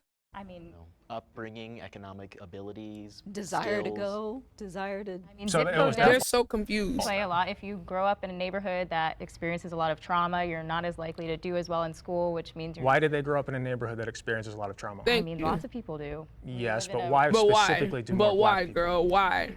Government assistance programs. Government assistance programs like what? Huh? Try redlining. I mean, you can go into that if you'd like to, but let's take It a is look relevant. at. No, oh hell nah, no. Whoa. Skirt. No, you can't just speed past redlining, nigga. That's like one of the main reasons. He said, oh, you can say that if you want to, but no, nigga, skirt, turn around, actually address the point. Because like the point he's getting at is what you just tried to skip over. What's good, Don? How you doing, fam? Welcome on in. How you doing today? The Great Societies Act, which was go into that if you'd like to, but let's take It a is look relevant. at the Great Societies Act, which was created to kick black fathers out of the home and get black mothers on welfare assistance. These things aren't beneficial for economics. These things aren't beneficial for actually paving a way for success for black children and black families. I mean, reducing a two-family household to a one-family household isn't going to make them the richest man in the world. It isn't even going to get them out of high school. Nonetheless, You mean the ability parent. to even get to college. You mean Yeah, two-parent? the child, yes, but a two-parent household Yeah. in comparison to a one-parent household, that child is not going to be nearly as successful. That child is more disposed to being sent into prison by doing crimes or not doing very well in school. So how are they even supposed to get that, that wealth disparity shrunk if they aren't even able to get out of the community that is causing these problems for them? Something I think that this conversation. I appreciate you, Don. What you up to today? Are you streaming? illustrates is that like affirmative action is literally the very end of the line of a lot of different parts of a person's life. Right. And by that point, trying to rectify all of the inequities that have existed, to try to remedy any of that at the very end with affirmative action, it might just be too broad a brush, and maybe we'd be better served focusing on the earlier issues than trying to throw a kid who maybe, you know, can barely read at a 6th grade level into a college to hope that that's the thing that fixes the problem at the end of the line. I think affirmative action wasn't really supposed to like send kids to Harvard that weren't prepared to go to Harvard. I think that's quite a myth, in fact. I think those that have the qualities to get to Harvard were, before affirmative action, were just completely overlooked. You know, Clarence Thomas is like the perfect example, you know, regardless of what you think about him. He was able to get to Harvard because of affirmative action, because, you know, it focused on finding people that were, you know, again, like just overlooked for those. Like, girl, like how insulting to imply that there's lesser standards for the people that did get in. You think Harvard's lowering their standards for the niggas they let in? Quota, please. Girl, you think just because they got like a government regulation to diversify their shit, that they're just like letting anybody in there? And then you said your kids went to these schools. So what are you saying about your kids? My question is, what does her income look like? Honestly, that's my question. Because, you know, I want to know what her background is and what her income looks like. But she and looked a what her little mixed. Yeah, and what her kids were doing. Because my thing is, they can see your address on that college application. So if you got 6 kids and all of them ended up at Harvard and Columbia, they know when they see that address, they know something. So that was my question, because, you know, And what they is her see, background? Did she right, go if to they see Harvard? all y'all coming from the same household, made of the same cloth, okay, yeah, y'all can get in, because we know there's a benefit to it. So yeah. They chatting right now. It's crazy. Don said, of course, 7 days active, not now, later though. Okay, cool. I might be able to stop by by the time I wake up. I don't know. Nightlife. Okay, nighttime stream. Y'all make sure y'all tap in with Don, man. W streamer. Y'all get in that chat, bro. I don't be recommending you guys to anybody that's not good. It ended up changing. It morphed into something else. So what started out as a good program of giving all Black people, or people with a lesser chance or lesser opportunity, it started out as that, and then it morphed. And I'm not sure who morphed it, but it morphed into, okay, so now we have to have one Black, one Hispanic, one this, one that. That's not how that works. But hey, talk to the corporations, talk to the people who hire, talk to the board members who say we need to have a woman on the board, we need to have a Black on the board. The fuck does that have to do with affirmative action? You're talking about diversity hires at this point, which is definitely not the same thing. We need to have a Latina, a Latinx, whatever, on the board. So it morphed from helping us into now Tokenization. Yes. So you have to have one of this, one of that. Diversity Well, when you start Tokenism, my nigga, like, he one of them niggas that be thinking he really smart, but he's really not. Cause he came in ready to argue, man. He was on 10 from the beginning. with a country where people only hire you if you're white, that's necessary. And I know that you said that it started good and then ended whatever. And I don't think that affirmative action was perfect by any measure, but we still see really, really bad inequality. So if you're going to get rid of affirmative action, what's the replacement? Meritocracy. Is people need to There's no meritocracy. There in is this no country. meritocracy, Look at Elon girl. Musk. He's destroying Twitter. There's no meritocracy. That's ridiculous. Well, first thing I want to bounce back to is it's not a myth that there are like. Shit, I would have said, look at Elon Musk. His dad was a technocrat with an emerald mine in South Africa, and now Elon's one of the most popular and influential men in the world. You know, I wouldn't give a fuck about bringing up Twitter in that equation. Minorities that are being put into colleges that they're not ready for. If you look at a lot of these top universities. What, nigga? What did this coon ass nigga just say? Let me turn this up. I don't think I heard that right. Did he just say minorities getting put in colleges that they're not ready for? Yeah.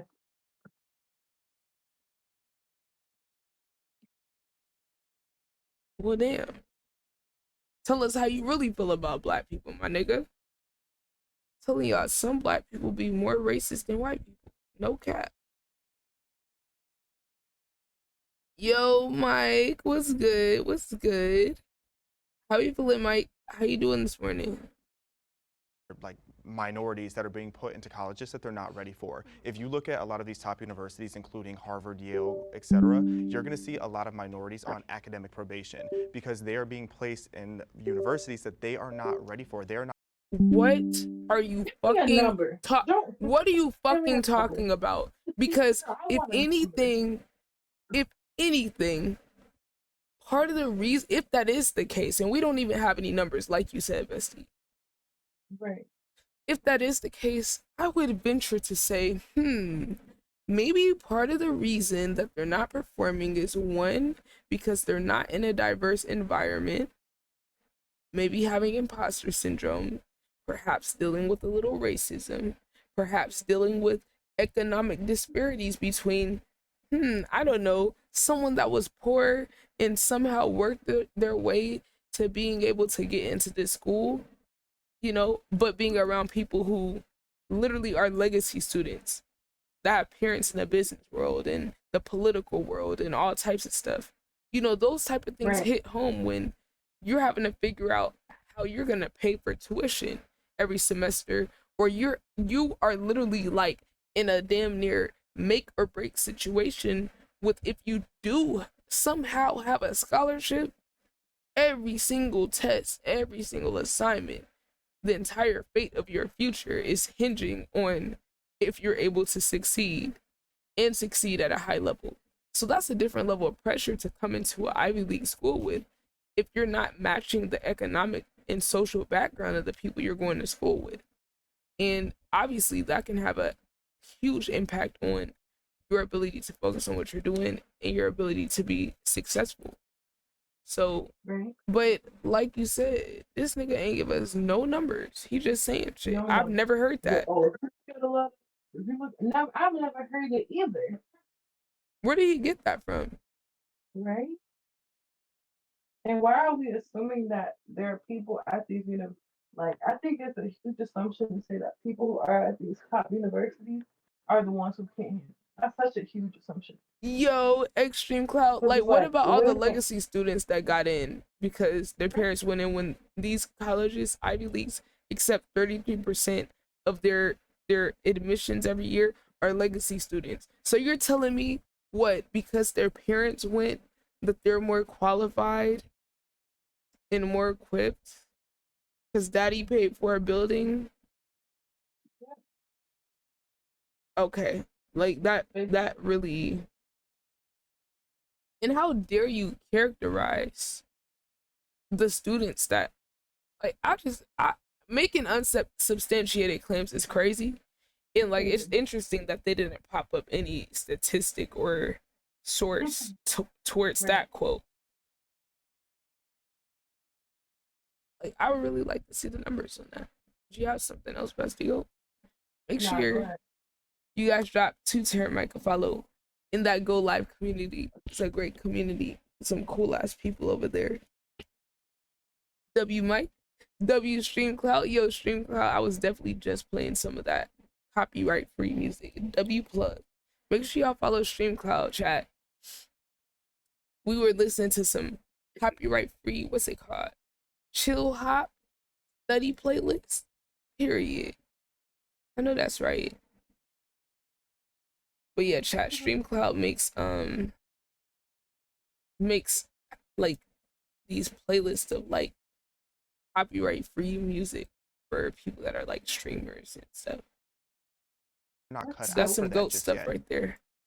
And it even just makes sense if you look at how much they have to achieve in order to get there. Asian students on average have to score 450 points higher than a black student in order to get in the same university. So if you think of the universities that have courses, etc., that grade on a curve.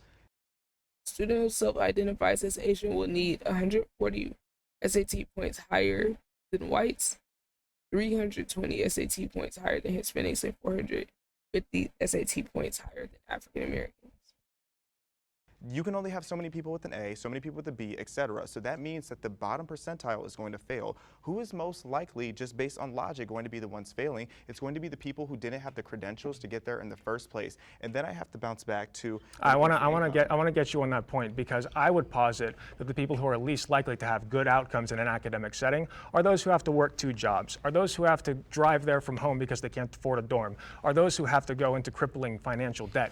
These are and have other stresses in their life. They can't afford a doctor, they can't afford a dentist, they can't afford anything. I had to do so that too, though. Those are the people. That's not just black people. It's not just. But it's If we're looking at overwhelmingly. straight numbers, there are more white people in poverty than black people. If you look at the raw numbers, but Girl, here she go. Like, you allegedly on the liberal side. Like, this is why we gotta be real careful with how we use liberal, child. Cause Yeah, because especially, oof. oh well, actually, head They only, ass. they be only liberal with certain topics. And Oh it's yeah, most likely that affect them the most. yep, And yeah. yep. if I you don't know, actually what are the understand what wrong you're talking numbers? about. No The number issue is is poverty wrong. in general, though. I don't think it's like who's in poverty. It's like poverty sucks. It Maybe we shouldn't should make matter. college Girl, free, what? and maybe we want to have If you have a affirmative action program- wouldn't be that necessary. and it'll get even more ghetto. If you have a program that says if you are under a certain income level, this is how we'll help you, that will overwhelmingly help black people at a far greater percentage than it will help white people. Right, and proportionally, right, for like what they represent in the population. It's basically what he's saying. So like, girl, yes, of course, it's gonna help white people because white people are the majority population. Like, duh. But if you can acknowledge that poverty disproportionately affects black and brown people, girl, I don't know what to say to you. I don't know if we can't start there as the foundation. Like, girl, what is there to talk about? Right? Supports Black lives. Trump supports Black lives. Oh, they were definitely at that Blacks for Trump rally. Trying with the emails. Thank you so much. Streamcloud, you got any plans today? I think that President Trump supports all lives. I think that he looks at all American citizens as equal. I don't see him doing anything I don't know why I feel like this nigga Alec just want to argue. that would make you feel like he does not That's support purple Black shirt. lives. That's of course going to lead into the conversation of Black Lives Matter, which was a movement and an organization with so much corruption. Donald Trump not supporting Oh, bruh, I'm dead. His hat says Hunter Biden. that organization doesn't mean that he doesn't support Black Boy. lives. It just means that he doesn't support the fraudulent organization that's stealing so much money from so many people to do absolutely nothing with it. Nor does he support a destructive movement Let's that go. is destroying cities, communities, Both the legends lives, in the etc. chat. So I'm I not don't see why trying. someone would think that Dead President Eye. Trump doesn't Let's support go, Black man. lives. Follow all the goats, man. Extreme Cloud. I've Dead heard Eye. him say My- he knows all the best black people. What'd you say? I said, I'm not trying to. I'm not trying for real. He has all the best black friends. I do support black people all the time. So sorry, that was a very bad impression, but I don't think I was Donald like, Trump what happened to his accent? wants bad things to happen to black people. So in that respect, I think he does support Black lives, but Dude. And this is why white allies, quote unquote, don't need to speak for us. Because what the fuck are you talking about?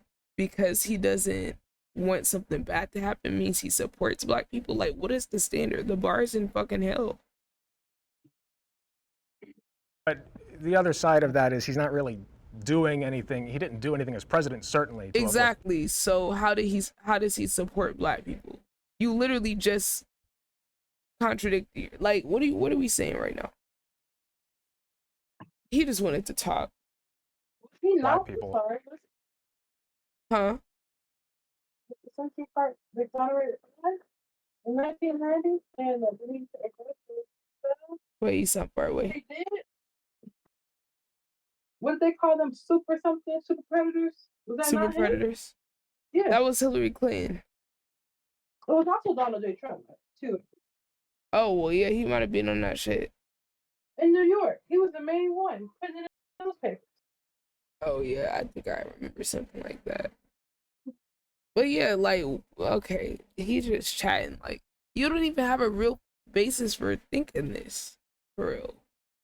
The economy affects black people. Yeah, I certainly disagree with that point. One of the biggest things I What does he do for the supported economy? personally, well, yeah, we'll get into that one later. One of the biggest things he did is he secured permanent funding for HBCUs, one of the largest increases we ever saw for HBCUs, personally done by his administration, among many other things. The First Step Act, which, you know, there's a lot of debate about whether it was really the best thing to do, but that was definitely a kiss of love to the black race.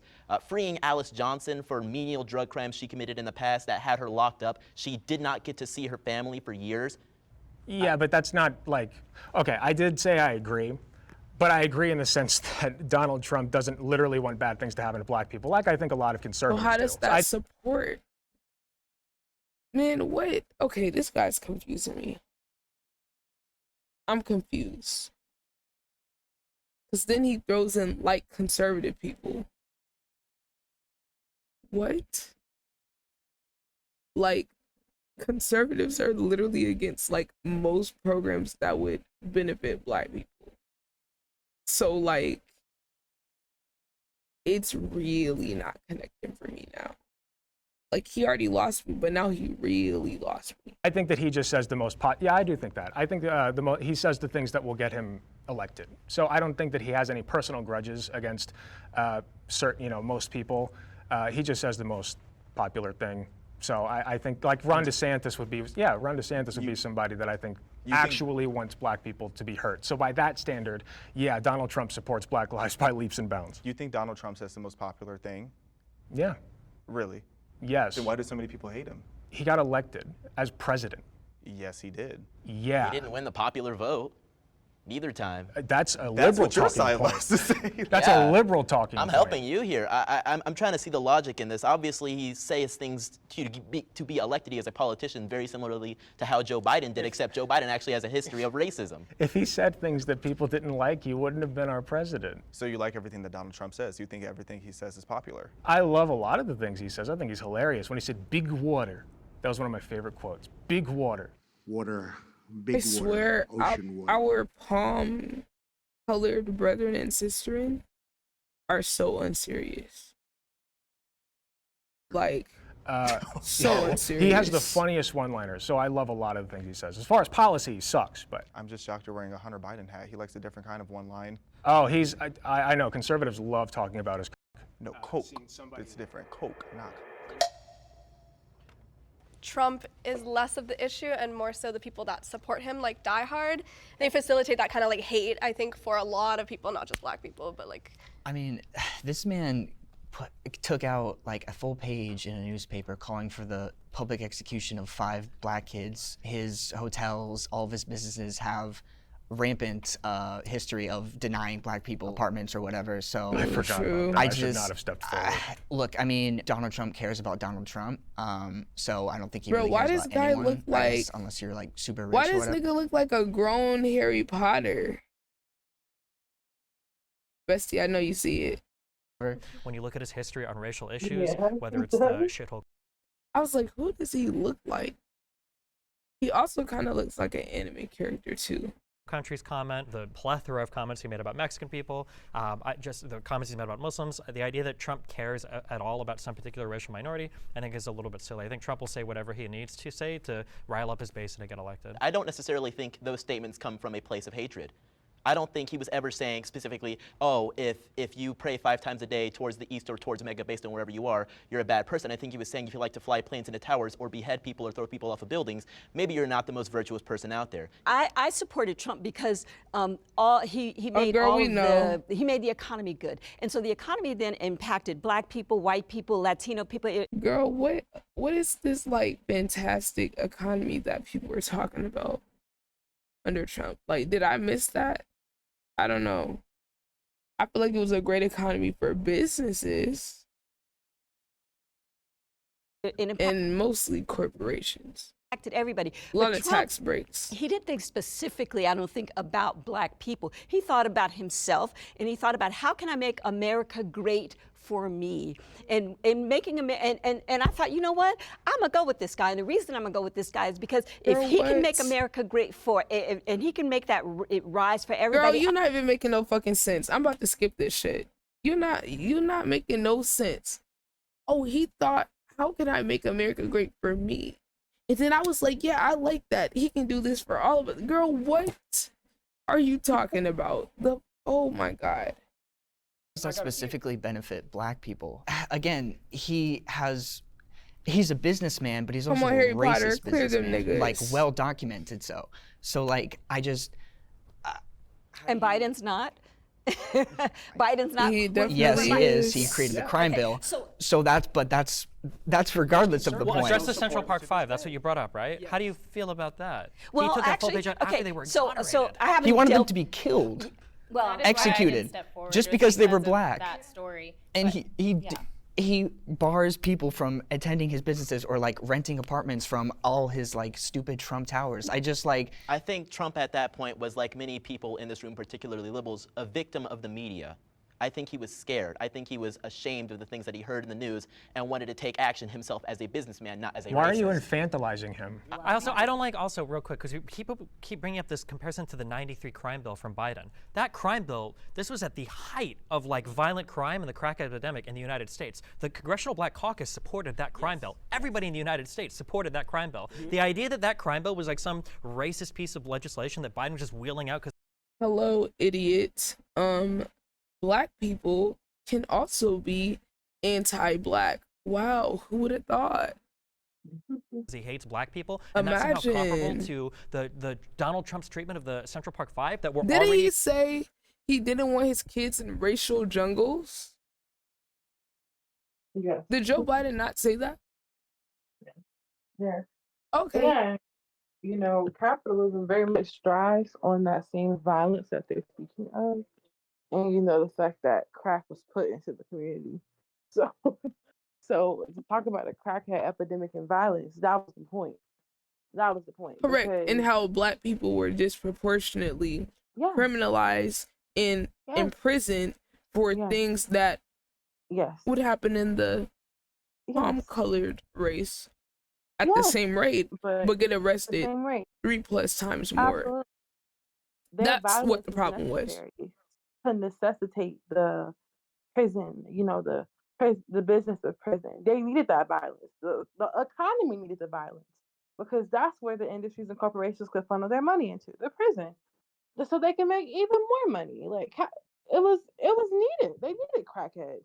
They needed crackheads and needed violence. They needed all of it to justify it. Because talk about an economic surge, putting crack into crack and Bestie, cocaine I got a into the question. community. Yeah. Are we not thinking that, since we can acknowledge that there's a prison industrial complex, right? There's a school to prison pipeline. There's a crack epidemic, right? There's violence. Are we not like if the government and other affiliates were able to make a profit and create industries off of these things, is it crazy to imagine that maybe they also had a hand in creating some of these problems or adding fuel to some of these problems? Is that crazy to think that?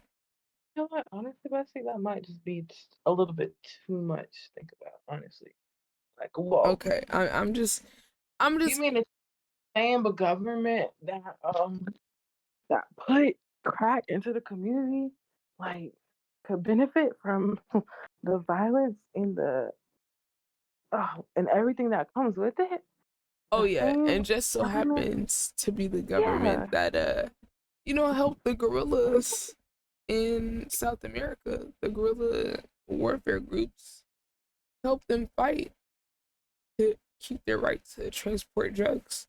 Oh, where did those drugs go? Here. Right? Where did the crack recipe come from?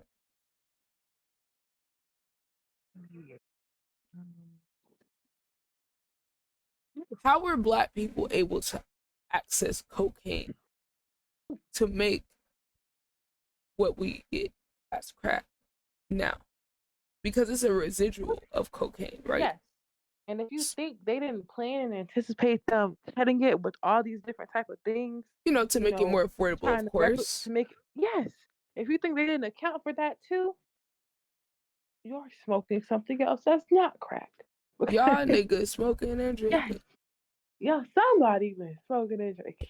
Because absolutely, they gonna give y'all the cocaine. They want y'all to figure it out. Try to figure it out. Yeah, they want y'all to add the rat poison and everything, y'all ammonia. The They guns in the want y'all. neighborhoods, Yes, yes, the government infiltrating gangs to yes, perpetuate violence yes, within ethnic groups and across yes, ethnic groups like Black and yes, Latino communities, yes, having people that are yes, part of the government.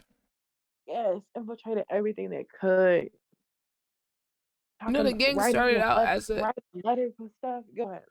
the gang started Uh, out as empowerment and community building. Empowerment and community under capitalism. What? Now that's too That much wasn't. unity. Bring some guns in this shit. Bring some drugs in this shit. Where's the violence? There's too much peace going on. Exonerated. That wasn't a victim of the media. The media said they were done. They were exonerated in court. They weren't there. As I understand it, the prosecutor of the five, he was a black guy, and so in being a black guy, he went and he looked at all the evidence and said these guys are guilty. Black people can also be What? racist against other black Or people. they Black make guy- mistakes. So if anybody See, this does why I anything, don't like this nigga right here, blue shirt Destiny. This is why I don't like him, because he'll make some points that are decent, and then he'll go acting like he's a fucking authority on everything. This guy says black people can be racist, or it can be something else. Nigga, shut up. It's them being racist, nigga. It's them being racist. It's them being anti-black against their own race. It's a thing. Shut the fuck up, white boy. We didn't ask you. you disagree with in regards to the Central I Park said Five, what even I if said. they themselves are a black person, then I they're just a hate white people that try to speak for black people. No cap. Sit there and be an ally. And if you're not gonna be an ally, then shut the fuck up. Stop talking. We don't care what you think, bro. No, I'm not gonna lie. I don't need a white man to sit here and tell me that anti-blackness and racism within the black community doesn't exist. I'm sorry. I don't want to hear that from you. What's good, Masai Max? I'm sorry. That shit just pissed me off. Because he does it with such a condescending tone, too. does anything you disagree Well, actually, head ass. with in regards to the How you been, Masai Max? Thank you for stopping by, GOAT. Central Park Always Five, good to even if see they you. themselves are a black person, then they're just a self-loathing black person. They're just a racist black person. If they disagree That with me, they're prosecutor was racist. doing his job. That's my policy. If they disagree with me, they're racist. I like that. I policy. think Trump. I I like think that's a Trump hilarious has policy. shown a history of ignorant. These are liberals? Y'all said these were liberals? Where did y'all get these people from? That's all I'm gonna say. Yo, Masai Max, thank you for the 33,000 biddies. I appreciate you so much, fam. How's everything been? The streams or life in general? I think I pulled up to your chat a while ago, but I don't remember if I got to actually talk back and forth with you, but I hope you've been well. Chat, make sure y'all drop my guy Masai Max a follow. Period. At best and racist Gotta at catch worst you soon on the stream. behavior. I didn't vote for him or Hillary because I just don't see him as a conservative hero. I don't even think he's a conservative. Fake personally. conservative. I voted Trump in 2016, just so you all know. So I'm just saying. So I need to expound. I need you What is he talking about? to elaborate on if people disagree with you, they're racist, just in general. I was just kidding. He's just, yeah. You never know. Just like one the of those hat. kind of It's- moments. sorry if I triggered you. I'm sorry. You made No, a I'm not point. sure. I just You made a need to know. point Okay. a couple minutes back where you said he just kind of says these things to rile up his base. Why does he need to do that at the expense of black people then? He doesn't do that at the. I am a member of his base, and I'm sitting there like, oh man, this is amazing. And I don't know. You can call Because you're anti-black. Ding ding ding. me So self-loathing, you can call me so self-hating, you're you can call me saying calling racist. for I the can call you public stupid. execution of 5 black men that were exonerated to When has rile he up done his that base? during the campaign trail? He didn't do that when he was a politician. Well, he did that when again, he was a it's scared businessman everything. in New York. It's feeling everything bad. Steve said Isn't about that the for comments free? about Muslims, the comments about Mexican immigrants. Why Not does he never need- about Mexican immigrants, never about Muslims, about terrorists and about criminals and rapists. These are very important delineations to make. And if you Okay. believe I that think when you you look at the media understand, about, or oh, it's I all think Mexican immigrants, I think it's more of you being, oh man, I hate these when poor people are Mexicans, obtuse they like need to be this. supported. It's more of that savior complex. Wow, What we're was the back rationale again. behind axing or trying to axe DACA? Were these people were registered with the federal government? They were in school. They were doing everything that they needed to do. They had no home elsewhere. They were brought into this country as minors. Like, what's the explanation for I that? think that requires more nuance. Like I mentioned before, I think there were some for their people. education. I think Why there would were you some wanna kick people them out? feeding him bad policy advice, thinking, "Oh, this will be really good for your base," and he's doing a lot as a Just president. infantilizing That's okay. him. That's okay if we feel that way. But So, at the end of the if I take responsibility for something, if I say he has responsibility for something, well then you're right. But if I'm saying, well, maybe there are some people around him advising him falsely, Dude, it's infantilizing. He him. was the president. There's no good way. He through this called for the him. shots. But if someone was What are you advising- talking about? Greetings, Messiah Max. path How forward you feeling today? to solving illegal immigration starts with amnesty for everybody here. The reality is there's some 10 to 15 million illegal immigrants here. We're not deporting them all. With the people who are already here, that's a lot more of a messy, nuanced conversation. But as far as people coming in, I do think we need stronger borders and actual like vetting happening. And I just want to say, in Ronald Reagan's Do day, companies and corporations want stronger vetting and protection at the borders? That would be my question. I would say all these companies that are paying people under the table way less than minimum wage, these companies, I don't know if they really want that. That's just a guess. That's just a guess. There was just a They're factory trying to- like they- 2 years ago that got raided with like a bunch of illegal immigrants, and they all got deported. It was like 600 plus of them in there. Mhm. Sure, the company wasn't too happy. They had to They were replace them probably with. sick. Yeah. Right. Sick. I'm good, Messiah Max. Appreciate you stopping by. What were you gonna say, bestie? Oh, nothing. I was saying them companies are probably sick too when that happened. Oh, I know That's they they- were. That's as close to free labor as they can get. Yep. So he was given the promise. He said, look, if you go ahead and you pass this particular bill, we'll give these people amnesty and we're done. And it didn't happen. We didn't. Illegal immigration continued Panda? even after Reagan already said we will give these people amnesty. So that's why we get a burr up our butt, because he had already done it. Hopefully the devil's giving him amnesty. True. That's terrible. No, that's base. Thank you. Tasteless. Wow. Ninth circle, baby. My political beliefs have changed from the past. I grew up in a conservative household, actually, in Ohio, and my parents I'm good, Panda. were always pretty political. So I'm just listening to this BS. I don't like none of the people on the panel, to be honest. Harry Potter, the most decent one, honestly. I always stayed political. I was very religious as a teenager.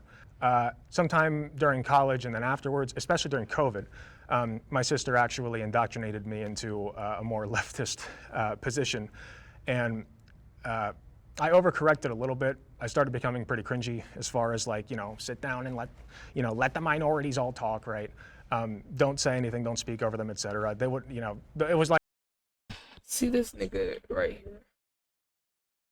I can tell he, quote unquote, was a conservative. Was is a very interesting way to put it.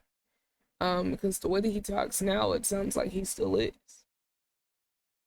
This guy just said that he was overcorrecting by saying, let minorities talk. What the fuck? Don't talk over them. That was a overcorrection on your end. So how do you correct that to the right amount then? So when you correct that, does that not mean you're talking over minorities and not letting them talk? Like what? How are you saying you're on the left now? You're just a little bit left of the right now. You're nowhere near left, bro. And he's like, oh, I'm a leftist now. No, nigga, you still sound like a hillbilly ass, country ass, conservative, redneck ass wigger. You still sound like it to me. I'm not hearing the liberal side of it. Like the whole you can't speak over Candace Owens even if she's literally a Nazi kind of thing. So I stand by that. So I kind of leveled out thankfully, and I'm less cringe now. Did you? Are you? I cringed. What you got planned for today, Panda? Just leveled out. Imagine if we Make sure y'all follow my girl Arrested Panda chat. been here a year ago. I mean, maybe I am being cringe. Who cares? So I grew up conservative, but I did have more left-leaning ideas about like Black Lives Matter and critical race theory, and I was watching a lot of YouTube, and I did agree that Black people were oppressed and all of these different things, and that we were kind of got the short end of the stick. And during 2020, when there was everything crazy was happening, and I started organizing rallies against the mandates because I thought that they were just totally unconstitutional and un-American. And then George Floyd dies. And initially I was like enraged like everybody else. And then it started to become this weird like political like agenda masquerading or behind his face. Like the face of what was actually happening started to peel off. And I was like, oh, I mean, I would counter protest BLM activists at my town square when I lived in Texas. And they were some of the most just bitter, vile, horrible people you could ever meet. Meanwhile, like the Confederate group that would protest there against them also. They were like the nicest people ever to me.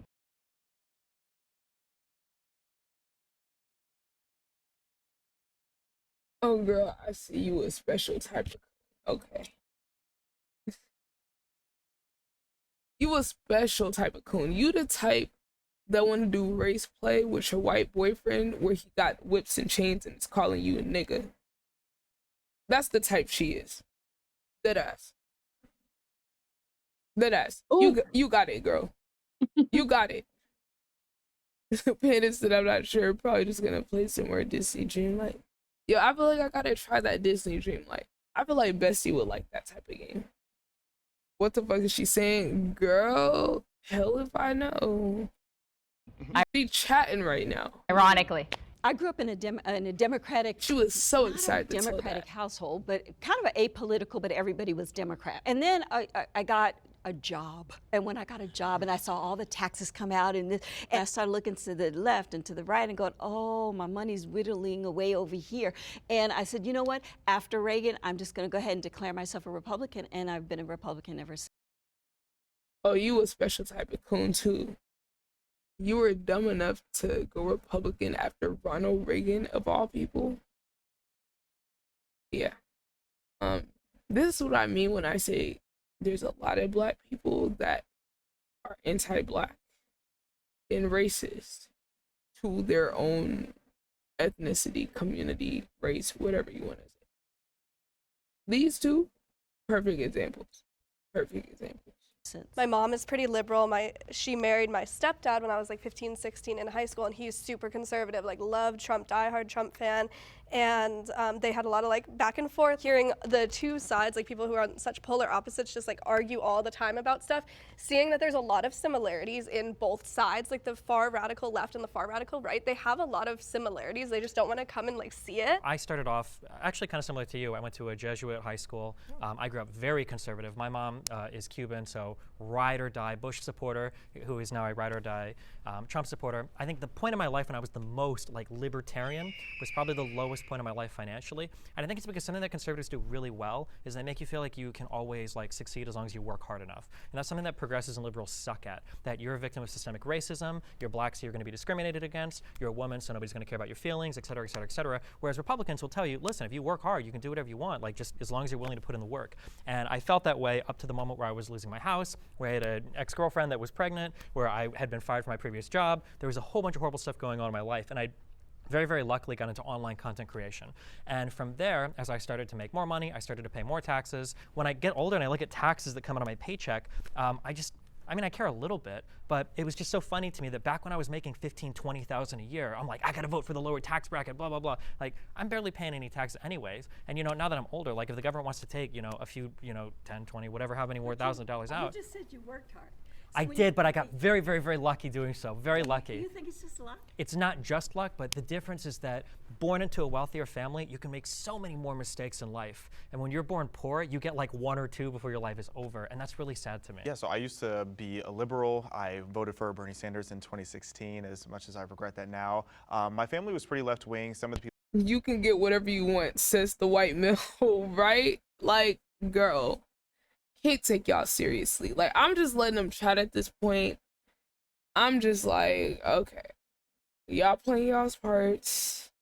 I'm gonna let y'all cook and burn the house down. people in my family were like radically left, like would refer to white people as blue-eyed, red-headed devils, things of that nature. And as I got older, I actually started What's that being have to really do with their political affiliation?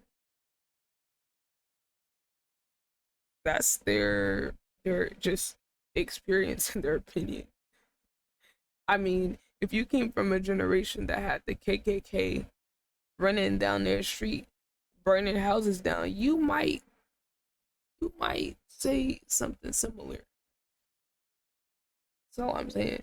spoken for BLM. I was supposed to be on a reality show teaching Niggas people got how the KKK as the captain of their police department. Are you surprised when they got a skewed view of white people?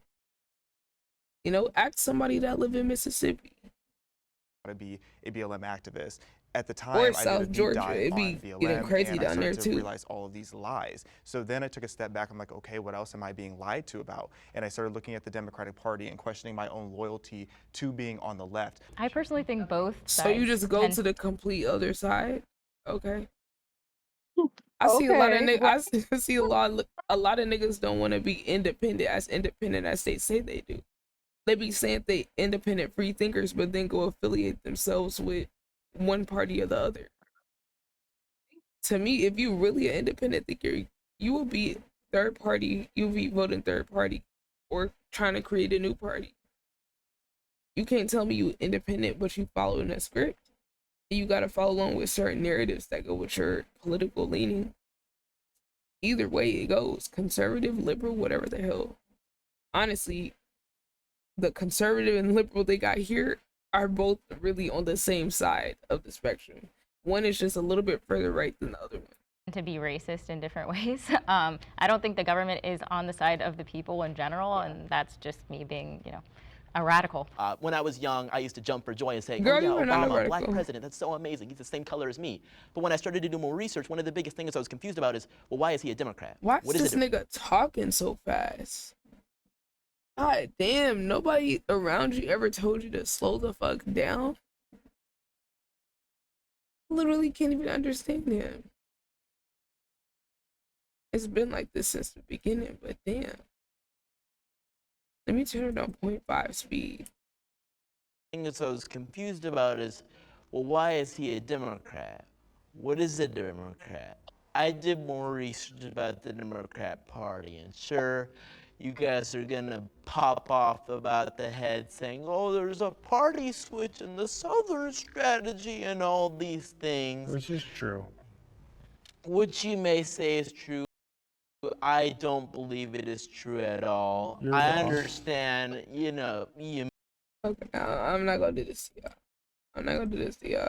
I'll turn it up 0.25. may think I'm wrong. You are. However, one of the biggest questions I had was, why is Obama in the same party as the people that started the KKK, the same people that voted against the Civil Rights Act, the same people that are on the news talking about how black people aren't able to accomplish anything and need to. Boy, he really thought he ate with that KKK point, huh? Did he not forget that the Democrat and Republican Party switched at some point? I don't know, maybe he didn't get taught that in school. I mean, and you're kidding yourself if you think anyone in the KKK modern day affiliates themselves with the Democratic Party. You are sadly mistaken.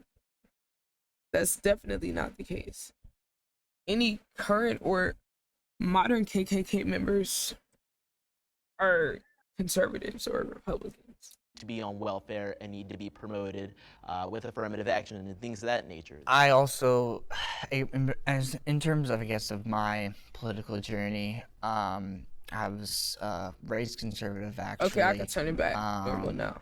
And then high school became, I guess, sort of apolitical. And then throughout college and I guess just throughout my life since then, I think I guess you can call me a progressive, you can call me, socialist, whatever you, but I guess that's, in the area of where I fall. You said that you were a Bernie fan in 2016 and then you transitioned to being, I guess, more conservative. I guess, I don't know, to me, Bernie Sanders, from what he said to what you think now, what was the shift? For me, it was socialism, because back then I was a very broke college kid, and I just had this mentality that everything should be free, and I was feeling a bit entitled, like everything should be handed to me because I was black, because I was very much Oh, brother. that mentality. As I learned more about free markets, as I learned more about capitalism, I Free started to appreciate markets, that much more. capitalism. I started to appreciate small business much more, limited. Nigga, you're so fucking dumb. You're literally saying like, oh my God, the prospect of me being exploited or exploiting people is just so exciting to me. Like, be fucking for real right now. That's what you're saying, basically. Government, low regulations. I just started to Because like that much capitalism more. requires But I people would being say just more exploited. when it comes to economics, I don't agree with him. Reparations are necessary. Oh yeah, we had to talk about reparations too. When we talk about reparations, Oh, I no. think that doing reparations in the way that a lot of people think of it, where we just give it to black people, I'm not an expert on this, but I think it would be more income-based, and that in itself, like I said earlier, would disproportionately benefit black people. So who would be the other group that gets the reparations? And why? Because if you I haven't heard this one before. recognize that they are disproportionately affected by a systemic injustice, then doing it on like a class level would uplift proportionally more black people. How? How though? Like how would Quickly. I'm not understanding like how 2 + 1 is equaling 7 right now.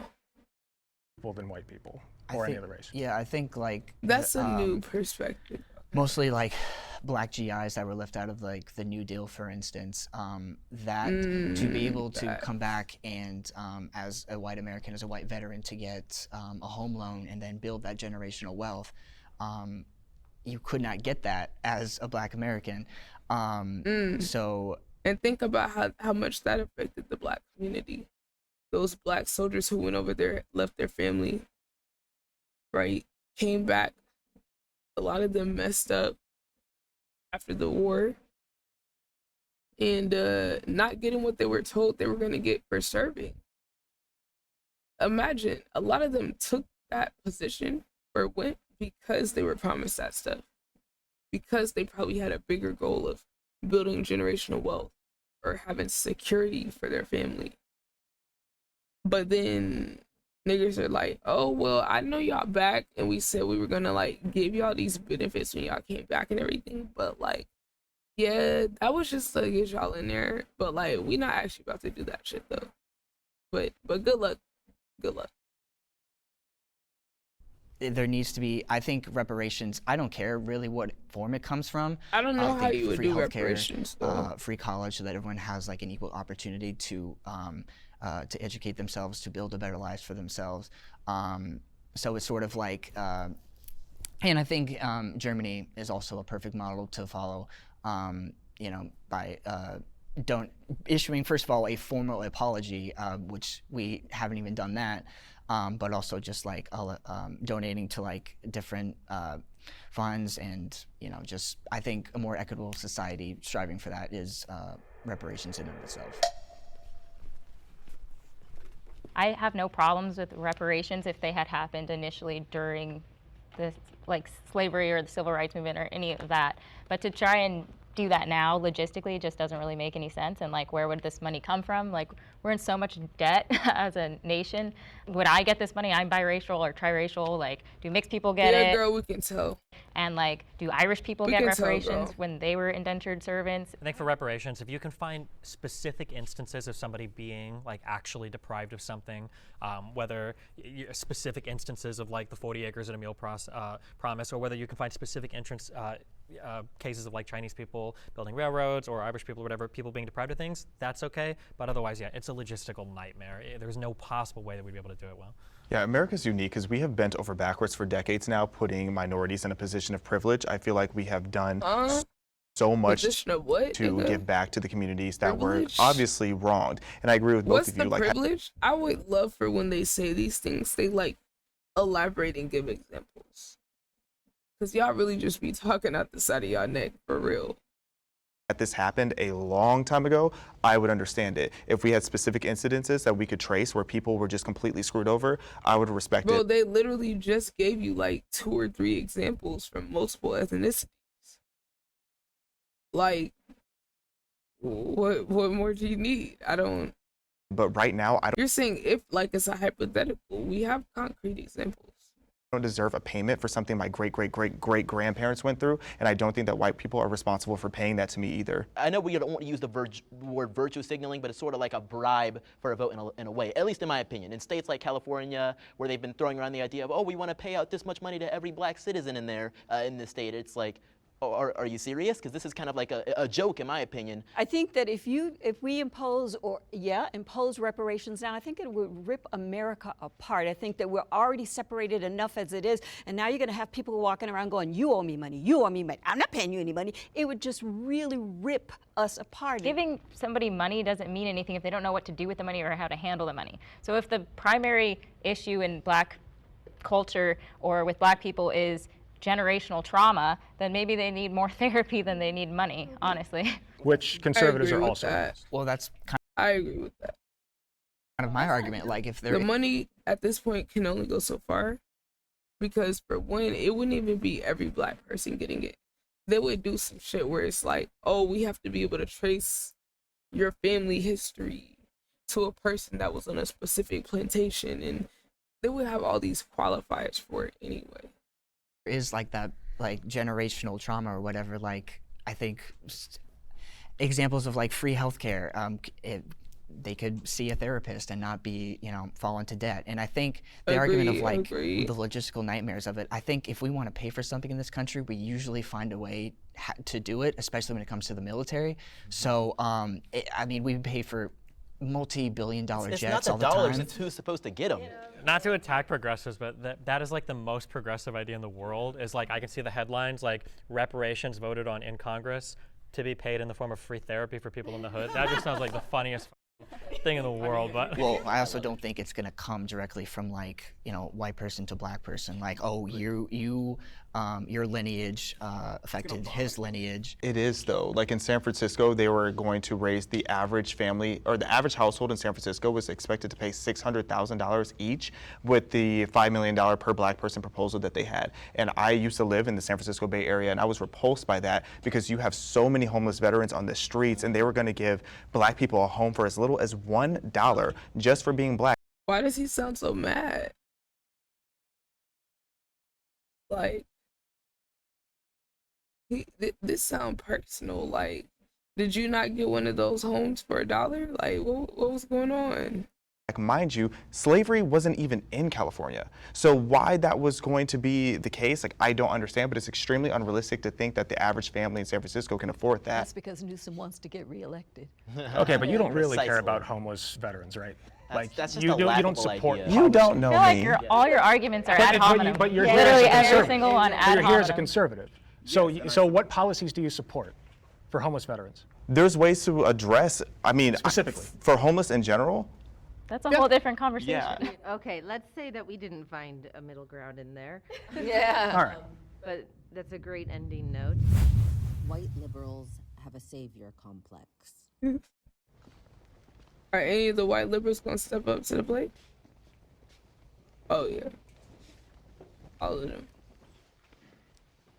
Well, I gotta say, this is a shock. I never expected all 4 of you to just come forward and admit it, but you know what? I'm happy with these results. I just think it's a lot of people, I guess, people, of the left, whatever, can kind of fall into that trap of thinking that, black people as a monolith need to be saved as a whole. I have no shame about it. I have a savior complex as an older brother, and I will save you whether you like it or not. So that's just me. Well, it's definitely not, because a lot of us are really just exhausted of being viewed as our skin color. Because when you have this mindset that you need to save black people and we're just sitting here minding our own business and living our lives the way we want to, I don't know why it is that people feel this immense pressure to be so apologetic and just always trying to cater and coddle to black people when we just want to be treated like everybody else. We're equal for a reason. I think especially recently with a lot of riot stuff that's gone on or protest stuff that's gone on, people on the left tend to infantilize a lot of different types of protesters, and especially even talking to some of the other black content creators I do content with, when you hear a lot of progressives come out and say, well, they don't have a choice but to riot or break into this store, or, well, they're stealing, these electronics or shoes for good reasons, you just don't realize it. I think a lot of people kind of look both ways, and it's a little bit weird that there's such a complex on the left to excuse like every single possible negative behavior from somebody, as long as they're a skin color that you're kind of in charge of protecting. I find that very offensive. Yeah. I find It's it really extremely, it upsets me to hear that, because we're just like you. We just have a different skin color, and to hear that you have to help me is offensive to me. I can do it on my own. Well, we have to break down sometimes why these riots happen. MLK once said that riots are the voice of the unheard. So if you are to address the problem and stop the riots, you have to address the underlying inequality that has historically been pervasive. Even if you as individual people are doing fine and you don't want anybody else to get in the way of that, that's cool, and I'm not going to be the one to get in the way, but the disparities are undeniable. So if you take pride in having like a white savior complex, what is it that you think that you're doing to save black people, and what is it that you think that you're saving black people from? I am trying to make the world a better place through whatever means I can. But you're doing it on the backs of us. I wouldn't say so. Damn. I actually She said, do. "Go focus on the environment or something. Leave us alone." Feel like you want to be a savior and you're using me to make yourself feel good. That's what I'm How hearing. am I hurting you? You're not letting me have my own voice. You're not letting me speak. How? You're speaking now? No, You're cutting her off. Yeah. Well, I feel like I have to. Yeah. Well, what's happening? I mean, you're speaking right now. You're speaking right now in this particular setting. But what you're saying is, like, you took it back to riots and so forth, and it makes it seem like the only way that we as black people can have a voice is by riots, and then you need to come along and you need to say, okay, poor little black child, let me help you. That's offensive to me. And I feel like you're making yourself feel good about trying to help us. And I also think that, like, when we talk about damage, I think especially when it comes to a lot of the shoplifting stuff that's going on in certain cities, you get a lot of white people that live in nice suburbs saying things like shoplifting is no big deal, that's fine, and then you'll catch YouTube videos of them later on being in a Walgreens in like a shoddy neighborhood, and they're like, man, why is the deodorant behind a locked case? It's very easy to sit behind a gated community and say, oh, well, it's not a big deal, they steal because they have to. Riots are the language of the unheard. I think people haven't read the full context of that quote. When MLK was saying riots were the language of the unheard, and you need to address the underlying condition, he wasn't condoning the rioting, he was just understanding it. Obviously, there are a bunch of white people that feel they need to be a savior, but I think there's a difference between helping and saving. Like, I don't think I will need to save black people, but I would tremendously love to help and make sure everyone has like equal outcome, or not equal outcome, but at least equal opportunity, which in my opinion, I feel we do not have in this country. This is awkward. Hi, guys. So I didn't step forward just because I don't want to broad brush all white liberals as having a white savior complex. I have experienced white liberals who do have that, and they're very unpleasant people. But I don't think every single white person who's a liberal or who is an activist for BLM or any of those things necessarily has a white savior complex. I think that there's a lot of white people who genuinely think that black people are oppressed and they want to help, and that's what they're told. What it seems like to me, when most people have savior complex, regardless of whom they're trying to save, it's like they're taking real pain and real trauma and using that as a way to push this political agenda, but also to alleviate themselves of whatever guilt that they feel unnecessarily. Like, I don't know why a white person today would feel guilty for things that happened decades ago, let alone something that happened centuries ago. I've never seen a white person say, I personally feel guilty for slavery. Maybe they're out there, but Bro, there are some out there. I've never heard that. Yeah, I know you grew up conservative and everything, but they're definitely there, bro. in second grade, when they taught us about slavery, almost every kid in my classroom would spend their entire time looking at black kids in that classroom. How was I supposed to not think, wow, these people are feeling guilty for something that they have no involvement in and I have no involvement in? Every kid in my classroom understood the context. People hate feeling uncomfortable, and obviously you don't want to feel like the bad guy, and so I feel like it comes from a place of like, oh, well, like, let me make sure that I'm different and like I'm showing you that I want to like help you, but it comes across like I think it can land very poorly. I'll tell you what, stop it. Stop Okay. it. Because what happens is when you put yourself as the white savior, what you do is you elevate yourself mad. above the black person because you feel that's then true. like you have to save us. That's so just true. stop it. Just treat everybody regular and normal. Just like I would treat you regular and normal, you treat us regular and normal rather than trying to save us. I just got one thing I wanted to bring up earlier about taxes, because you were saying that you had your job and you were talking about how like you get the tax every time and you're like seeing your tax go up. I worked in nursing homes in 2020 COVID. The last thing that was on my mind when I watched 60 and 70-year-olds on their deathbeds suffocating to death was taxes. I was worried about health care. I didn't give a shit about taxes in that time. So Okay. when I go to work every day, that's what I see. What's he cooking? That's what I want to fix. Okay. I see Why once did you again- just start yelling all of a sudden? What the fuck? And elevating I'm a yourself passionate girl, don't above get me the wrong, rest of but us, and particularly at He just me, started a yelling for white no man. reason. Taxes. 60 and 70-year-olds on their deathbed. I was thinking about healthcare. Like, I don't know, Jack. It's like he thought he was about to cook, and then, like, I don't know. I didn't. That was supposed to be the moment in the beginning of the video, Bessie, that they show before they cut with the dramatic lighting. W my script. God, W script. W script. You right. He was trying to get that little clip, that Yeah. little hook for them. I was worried about healthcare. Then the screen turned like black and white. Yeah, that was the moment. Elevating himself above a black person. I'm That's He what- called me a that's- bootlicker. Sorry. That's what He called me a that's what you're doing. bootlicker. Oh no, I What- triggered what them I all. hope- I'm sorry. what I'm Oh, I'm not sorry. triggered. I'm chilling, buddy. Yes, so what you I are. hope comes Oh, out I'm of this chilling. conversation is that we're all Americans, and because we're all Americans, we know that America has a bunch of problems, and I think every person here wants to solve the problems, and I think everybody is bringing what they have to the table with their ideas on how to get us to unify. This kind of stuff, right? But you got something in there. Hopefully, I mean, I'm going to give you the benefit. Me personally, I benefit wouldn't of go the for doubt that. you have something in there that's redeeming about you that would bring all of Americans together. So I hope that we end on the note of American. UNITY. I would like to say we're all made in the image of God, and so we're all have our inerrant worth just because we're made in His image, and we should treat each other as fellow image bearers, not just by the color of our skin. I mean, as Martin Luther King said. He also did not like capitalism.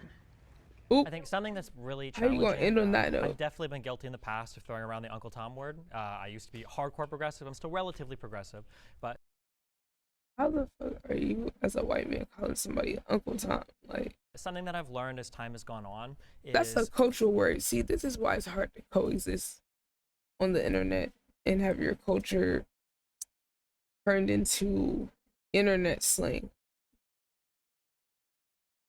being a white person isolates you from a lot of the different types of racial struggles that people go through, and those struggles can take a lot of different forms. Not just, was my ancestor a slave, and not just is my culture bad, but sometimes in the way that, people grow and develop, right? Like, am I actually choosing these political beliefs because they mean something to me, or is it because I'm black or my parents are black? All right, I'm not letting. Shut the fuck up. We don't want to hear you. Destiny. That nigga's racist as hell. Let's see.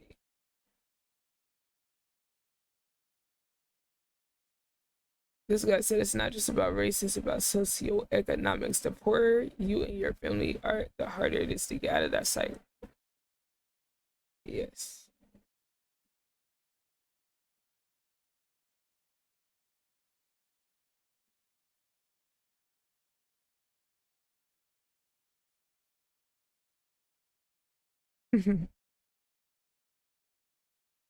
Alec is actively convincing people why his side is wrong and intolerant.